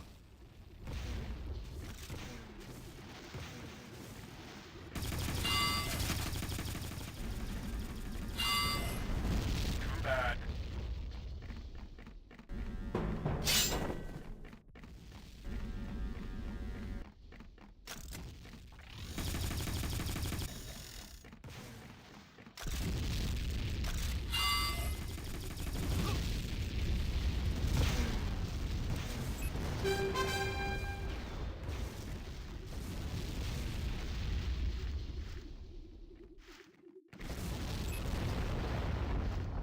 Team Storm scores.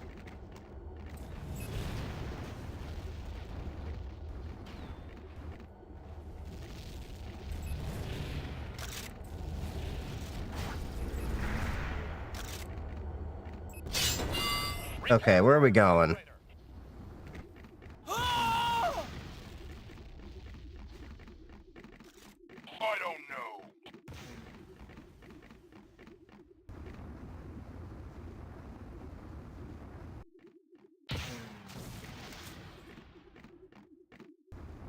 I'll repair our generator. Thanks. I heard ya.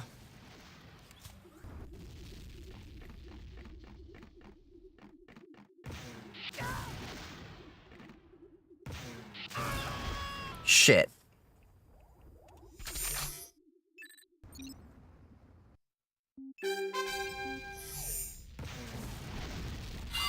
Team Storm scores. That's the best you can do?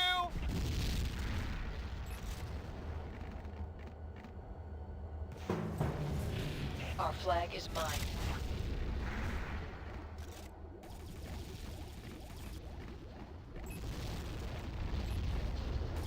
Sorry.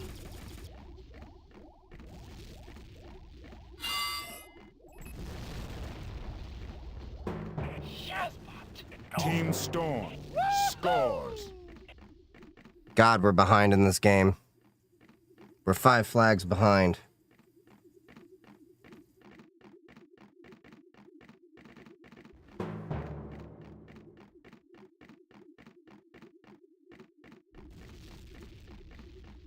Game point imminent. Anytime. I don't know.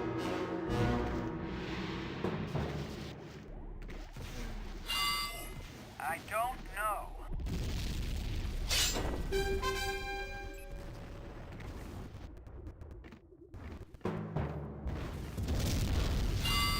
I don't. Oops. Did that kill you? Fuck, fuck, fuck, fuck! Too bad. There's no cover.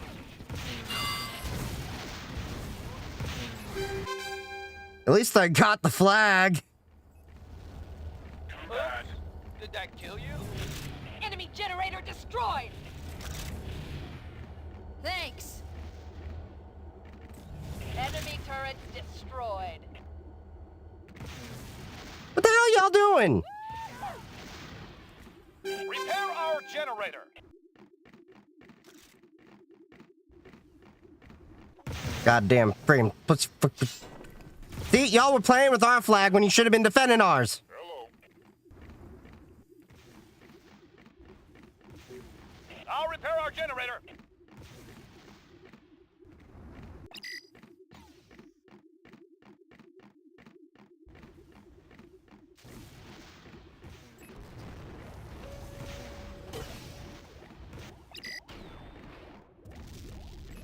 No.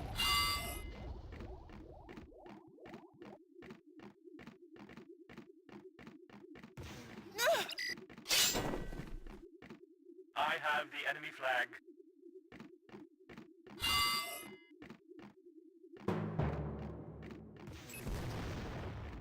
Vote passes.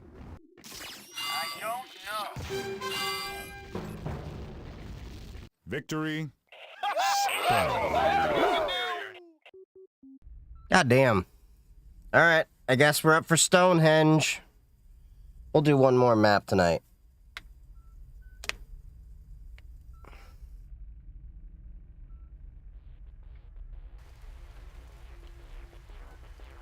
That's based on kills and damage.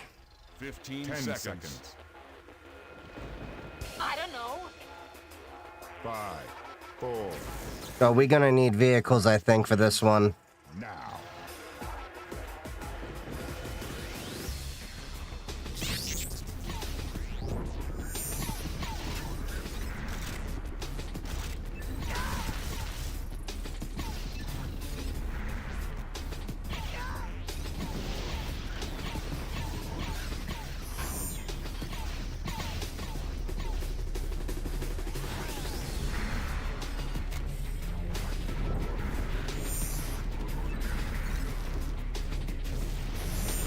Sorry. Let's not go plasma. Let's go chain gun. Thanks.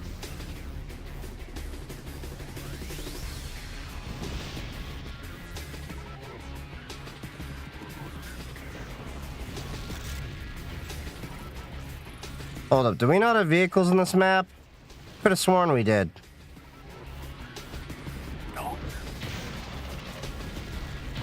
Bad.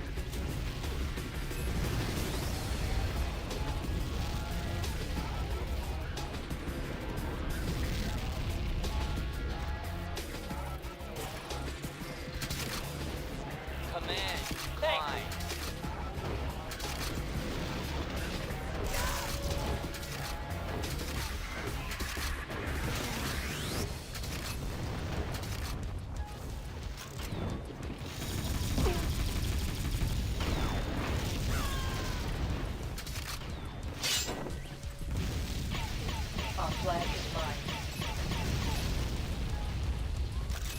Gotcha. Shazbot. I go Target destroyed.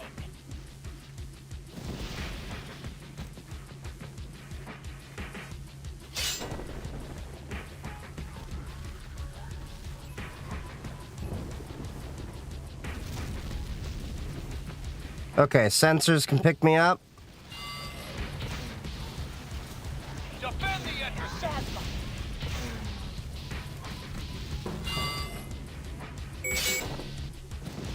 I'll cover you. Did one of you? No, okay. Incoming hostile. Come on, let's go! Team Storm scores.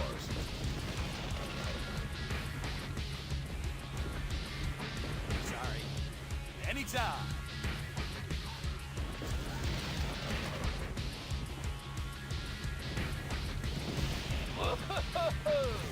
Quiet. Yes. Repair our base. You giddy pants! God damn it. Command completed. Thanks.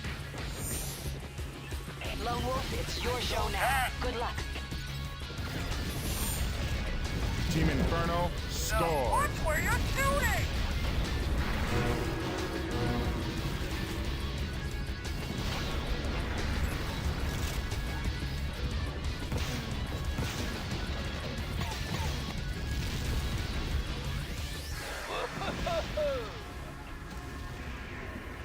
All right, let's go. Let's go.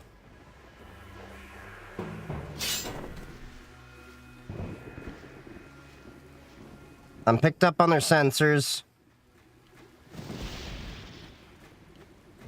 Wait, we both got a flag taken. Crap, I overshot that.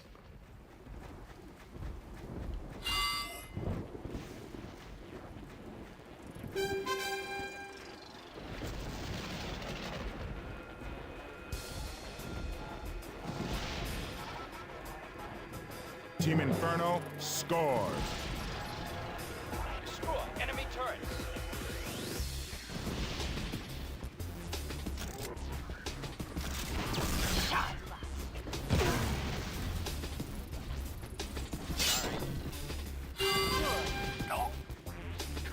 Awesome.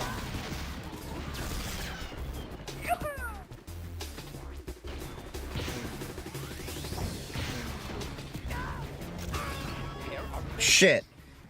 Yeah, that one sucked.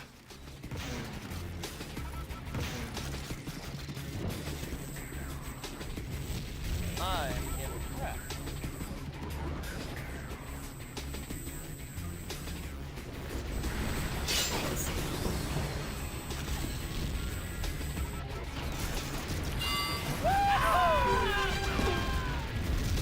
Shit.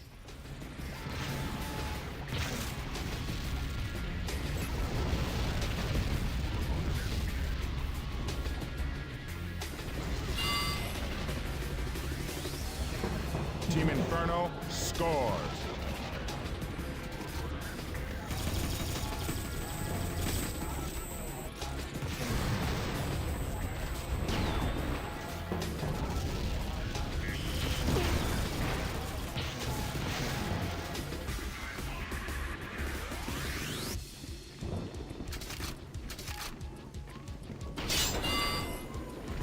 Shit. Threw a mortar right at me.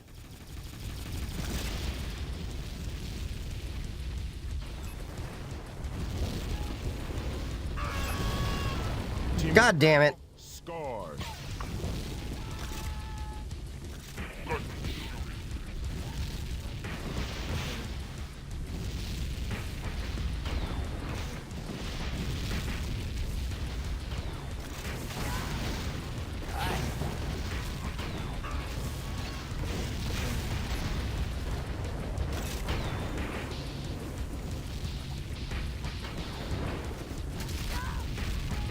Team Inferno scores.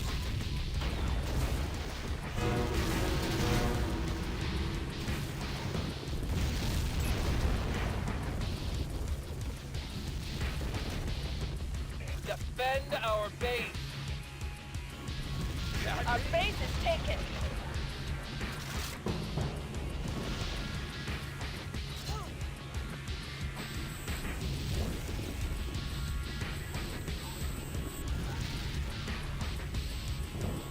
Team Inferno scores. Sounds like we need a juggernaut.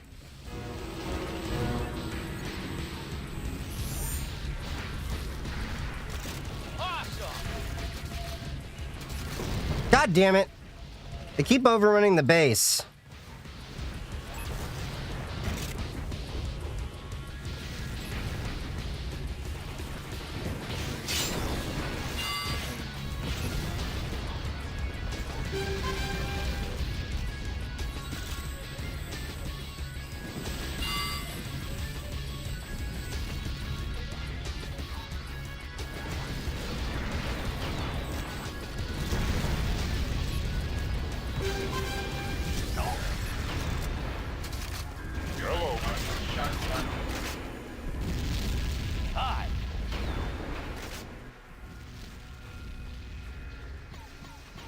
That tactic's starting to get a little old for them.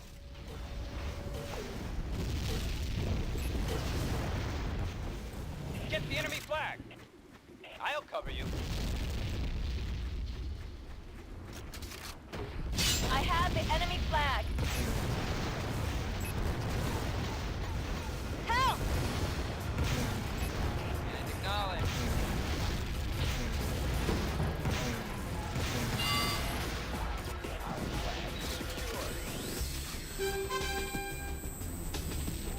Team Storm scores. Awesome.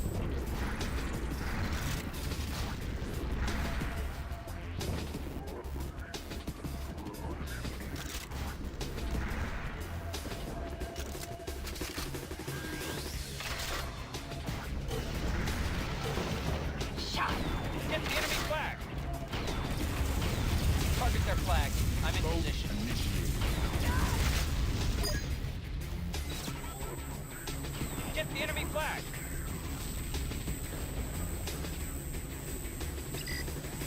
Victory Inferno.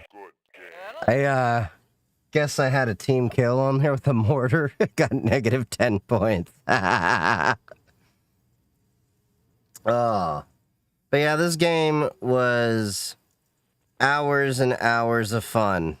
Yeah, this is Tribes too. 15 seconds. 10 seconds.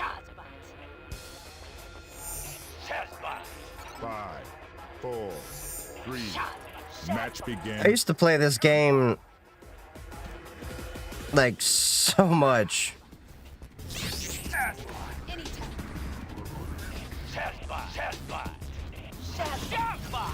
Yeah, it still works.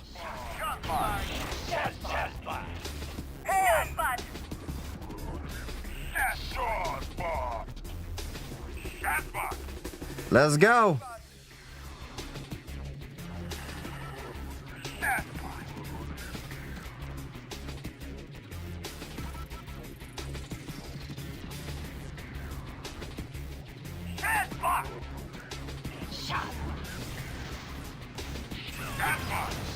I touched the flag. I touched it. Sorry. Shazbot! Shazbot!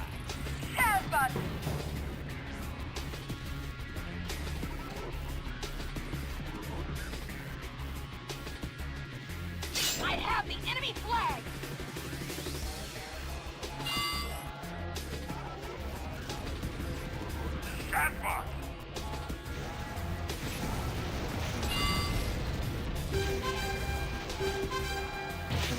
I don't know. I have the enemy flag. Enemy generator destroyed. Help! Defend the entrances. God damn it. They shock lanced me. Vote initiated. Help! Yeah, we're playing Tribes.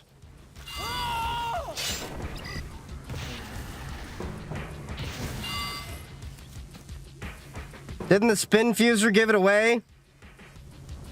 Oh, Tribes 2 still has servers up. You just gotta install the Tribes Next patch.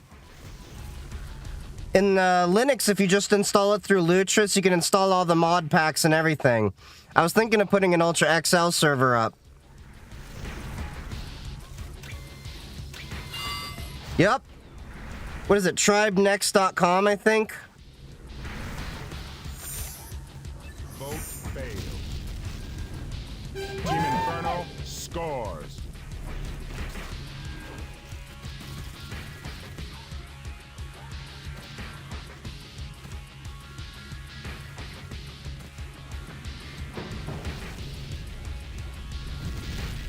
I don't know.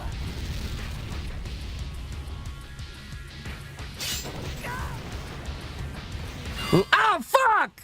I was so close! Get the enemy flag. Enemy flag! Help!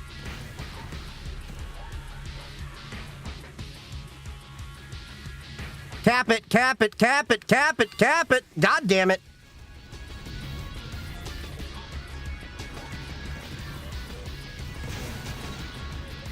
I have the enemy flag! How did I miss that? No. Help!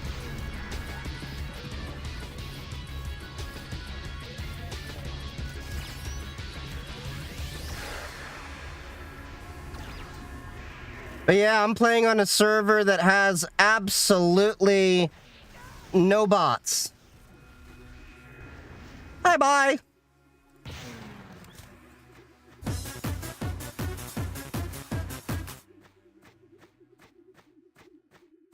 Help!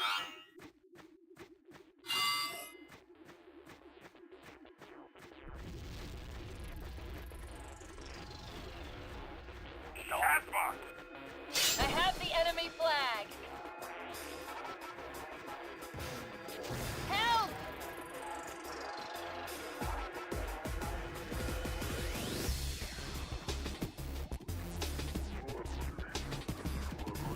Repair our turrets.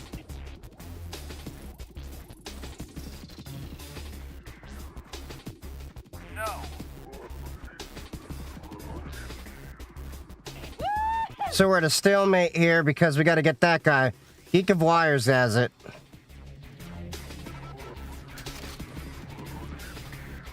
Woohoo! Nope. I don't got the range. I need a mortar.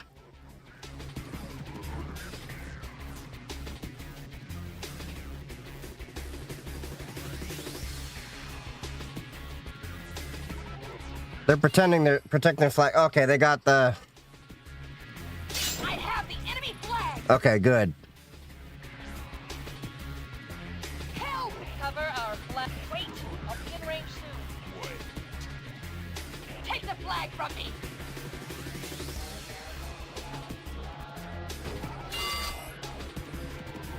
I have the enemy flag. I can't get that range.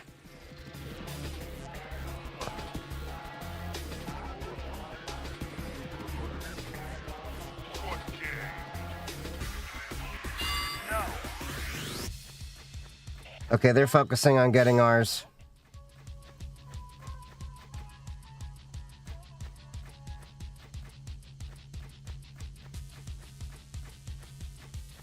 Shit.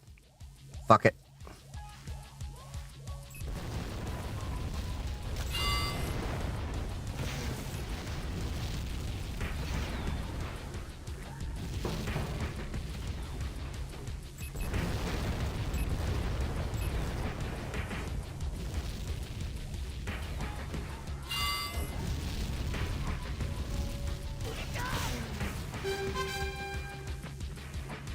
Oh, another embarrassing Tesla.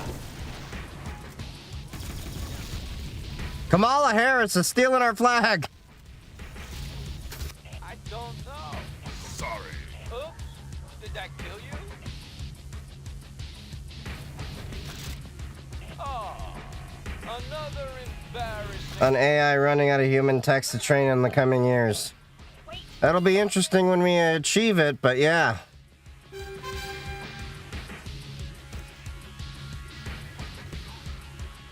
That flag is secure. Team Storm scores. I have the enemy flag. Hi, you idiot! Take the flag from me.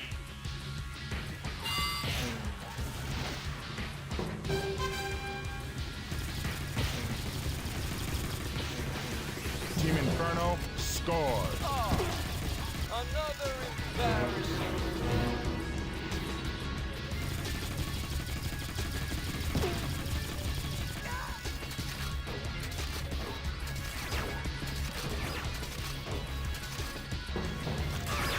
Fucking hell. This is Tribes too.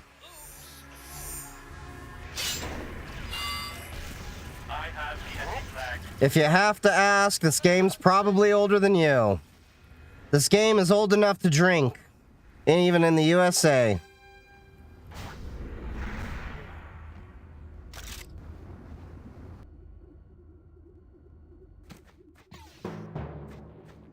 Missed me.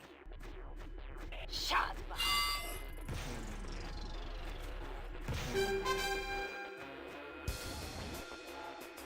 Team Inferno scores. Hi. Defend our flag.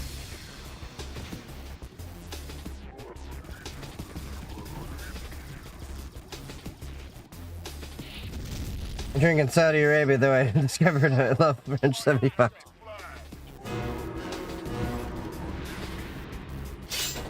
Cap it out. For me to fix the game, so opened up my Hey! toolbox. Thanks for following, Roger Webb. Team Storm scores. I should have stayed back there, but I need to get some health. I have the enemy flag. Hi.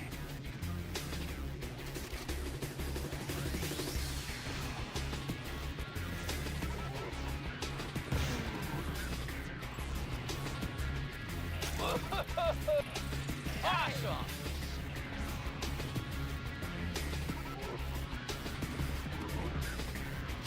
Overshot that. God damn it, no energy.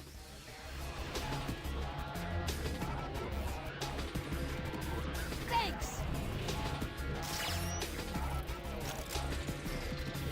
Team Storm scores.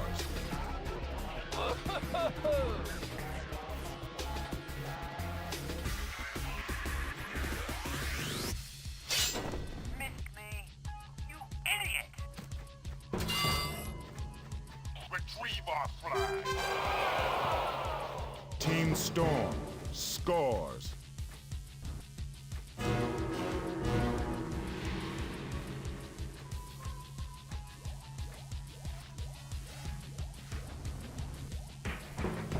Shot bot.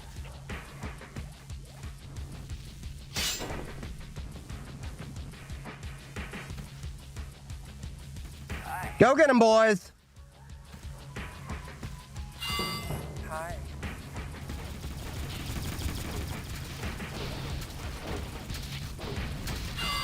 God damn it! Somebody better pick up that damn flag.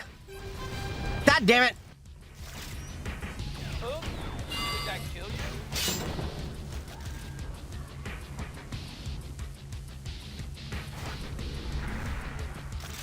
No.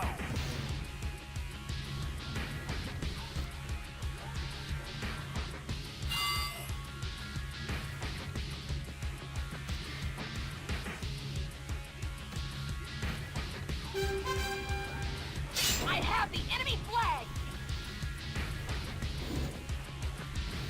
Help!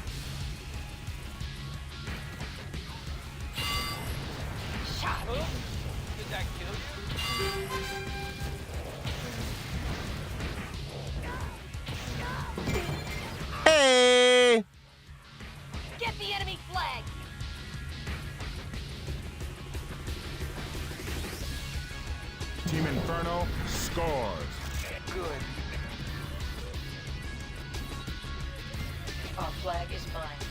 It's a close game. 408 to 512. Oh, our team's winning.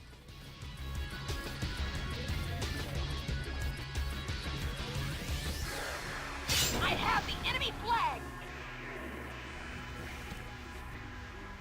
Help!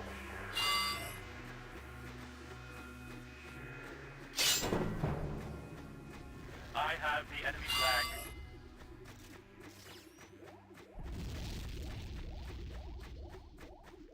Team Storm scores. No.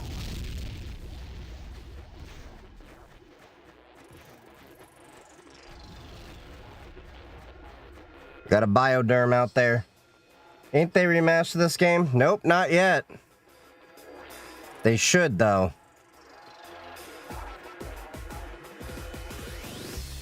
I don't know. Enemy generator destroyed. Did I... God damn it, I missed the flag!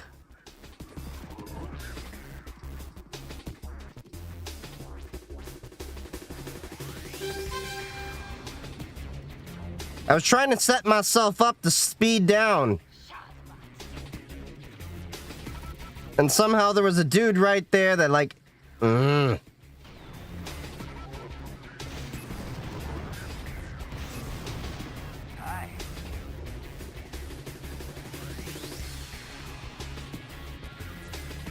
$74, $69, $54. We're slowing down.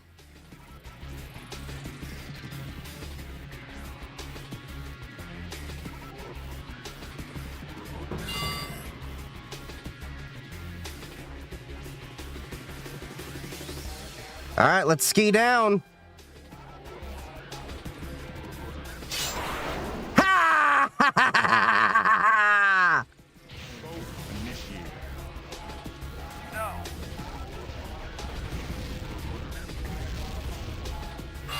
God damn it! I was so close. Team Storm scores.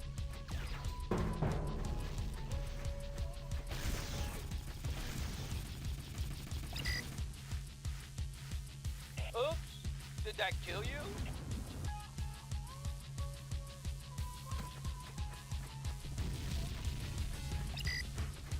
God damn it! I forgot my cloak pack. This is gonna be a tight one. Enemy generator destroyed. Enemy flag! Team Inferno scores. Damn it!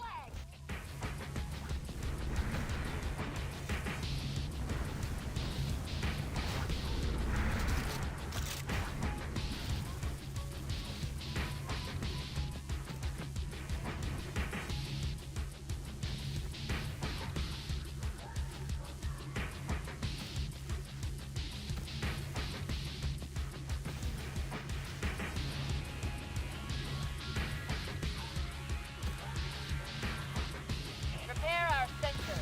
Repair our turret.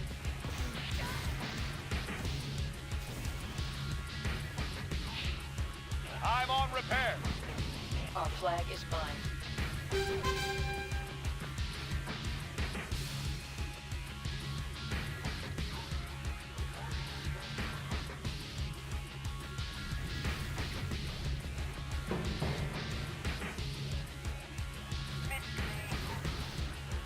Recover our... Get the enemy flag! No. Good shot. I missed it. Well, I'm gonna head back to base, get some health. Thanks!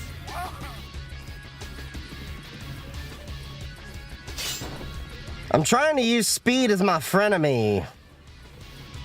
I call it my frenemy because I will either smack into a wall or something.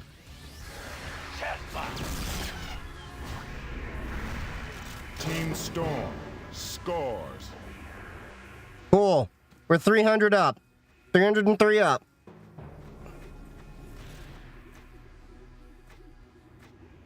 $104, 148, 192, 199. Okay. Oops. Did that kill you? me.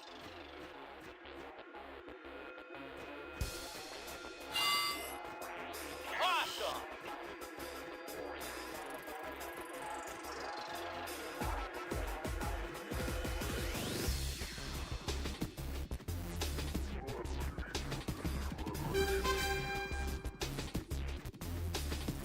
Hi.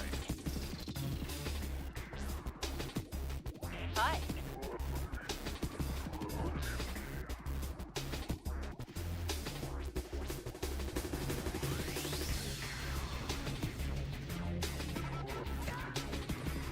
How the hell did I miss that again?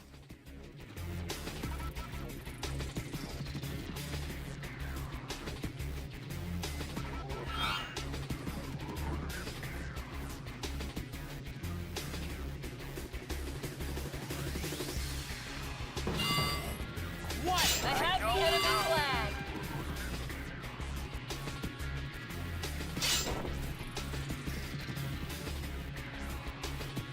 I am the defender flag. Cover our flag carrier.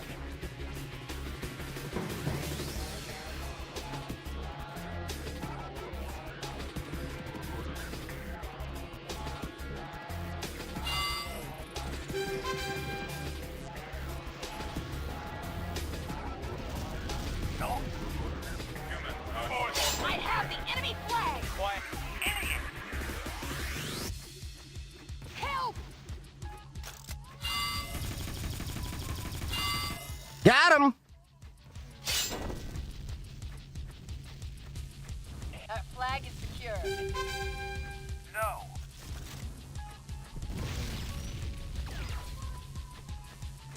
Game point imminent.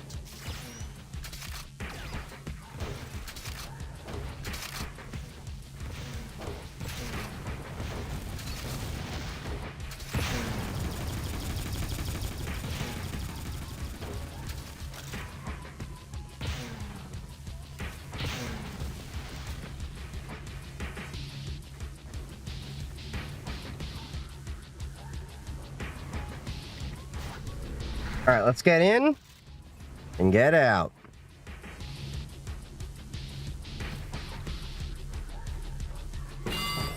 No.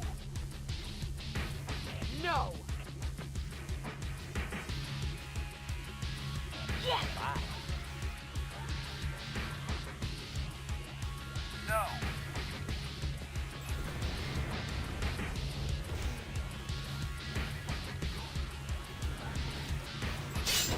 I don't know. Fucking A, I didn't have enough speed.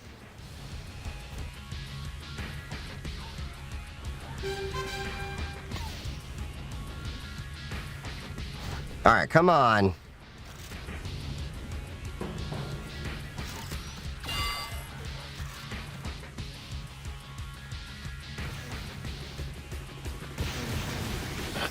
What the hell are you clowns doing?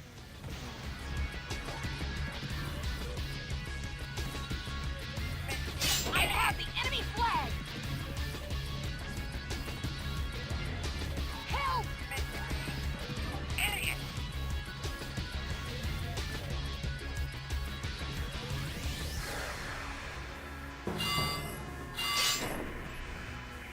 I have the enemy flag. Victory. Sweet. Thanks! Good game! But yeah, this is one of the all-time greats of video games, period.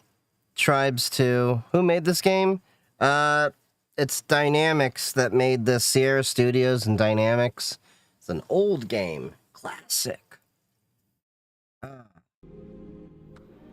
yeah, this game was the granddaddy of a lot of the games we use today. And you can easily, set it up. So I installed it just with Lutris on Linux. And then you can install Tribes 2. And then grab all the mod packs and everything inside of there. Now, I do eventually want to set up a Tribes 2 server. May have to work with somebody on that. That's going to have the Ultra XL mod because that mod was bae. So your targeting lasers become grappling beams, so you can like shoot across the map. Infinite energy packs, so like you're doing like these duels. It's literally spawn die, spawn die, spawn die, spawn die. It's intense. If you thought that was intense, Ultra XL was even more intense. Ultra VX was better when it came to the original Tribes, but Ultra XL was the Tribes 2, you know, granddaddy mod of everything. So yeah, definitely will recommend, if you can, go play Tribes 2. It's a classic. There's, you know, it's free. It costs you nothing. Maybe consider hosting a server too. As you saw, there weren't that many servers. And, you know, spread it to everyone. It's a great game. But that's an epitome, the epitome of what we can expect Stop Killing games to look like. And furthermore, I think we've solved the stream quality issues. Since turning off Twitch Enhanced and switching my ISP, I think that was more of a bandwidth limitation because we went from 50 megabits to 40 megabits of upload. And Twitch Enhanced is having you do like 3 streams at once to whatever, so that you get transcoding. We haven't had stream quality issues. That proves the ISP was in fact the problem. But yeah. Tribes 2, we'll be playing that again some more later, as well as we got some more hacking and tinkering to do. I have a battery coming in to replace on one of my laptops. We'll do that on stream. I eventually have the MNT Pocket Reform upgrades coming in with the RK3588. We have quite a few things coming about in the near future. There's also a good chance that I might be going to another cybersecurity conference in October. So I will keep you all posted on that. It's one that's lesser known in the Midwest, but still a good one nonetheless. I got some of my buddies from DEF CON that are telling me they got a hotel room and stuff, so I just have to buy a ticket, and then we'll probably all drive in to that. But I will keep y'all posted on everything there. Anyway, this was a nice little surprise stream, mostly to test out the new ISP to make sure that did actually fix all the issues we had with quality and everything. So, it's been a great night. Hacking, gaming, chilling with y'all. Thank you all for joining me. Make sure, if you haven't, to follow me on all of my socials. The links are in the bio, as well as I will drop them in the Twitch and YouTube chat. I'm on Blue Sky, I'm on Mastodon, I'm on Twitch, Kick, TikTok, YouTube. We're everywhere. And then don't forget, we have the Discord and Matrix servers. Links are in bio for all of that stuff. I love you all. Stay safe. Happy hacking. Stick around for the raid if you're on Twitch. And I will see you all Sunday. And there's also movie night tomorrow night. I got to figure out what that's going to be, so there'll be an announcement in the Discord probably tomorrow morning. But thank you all. Happy hacking. And I will see you around.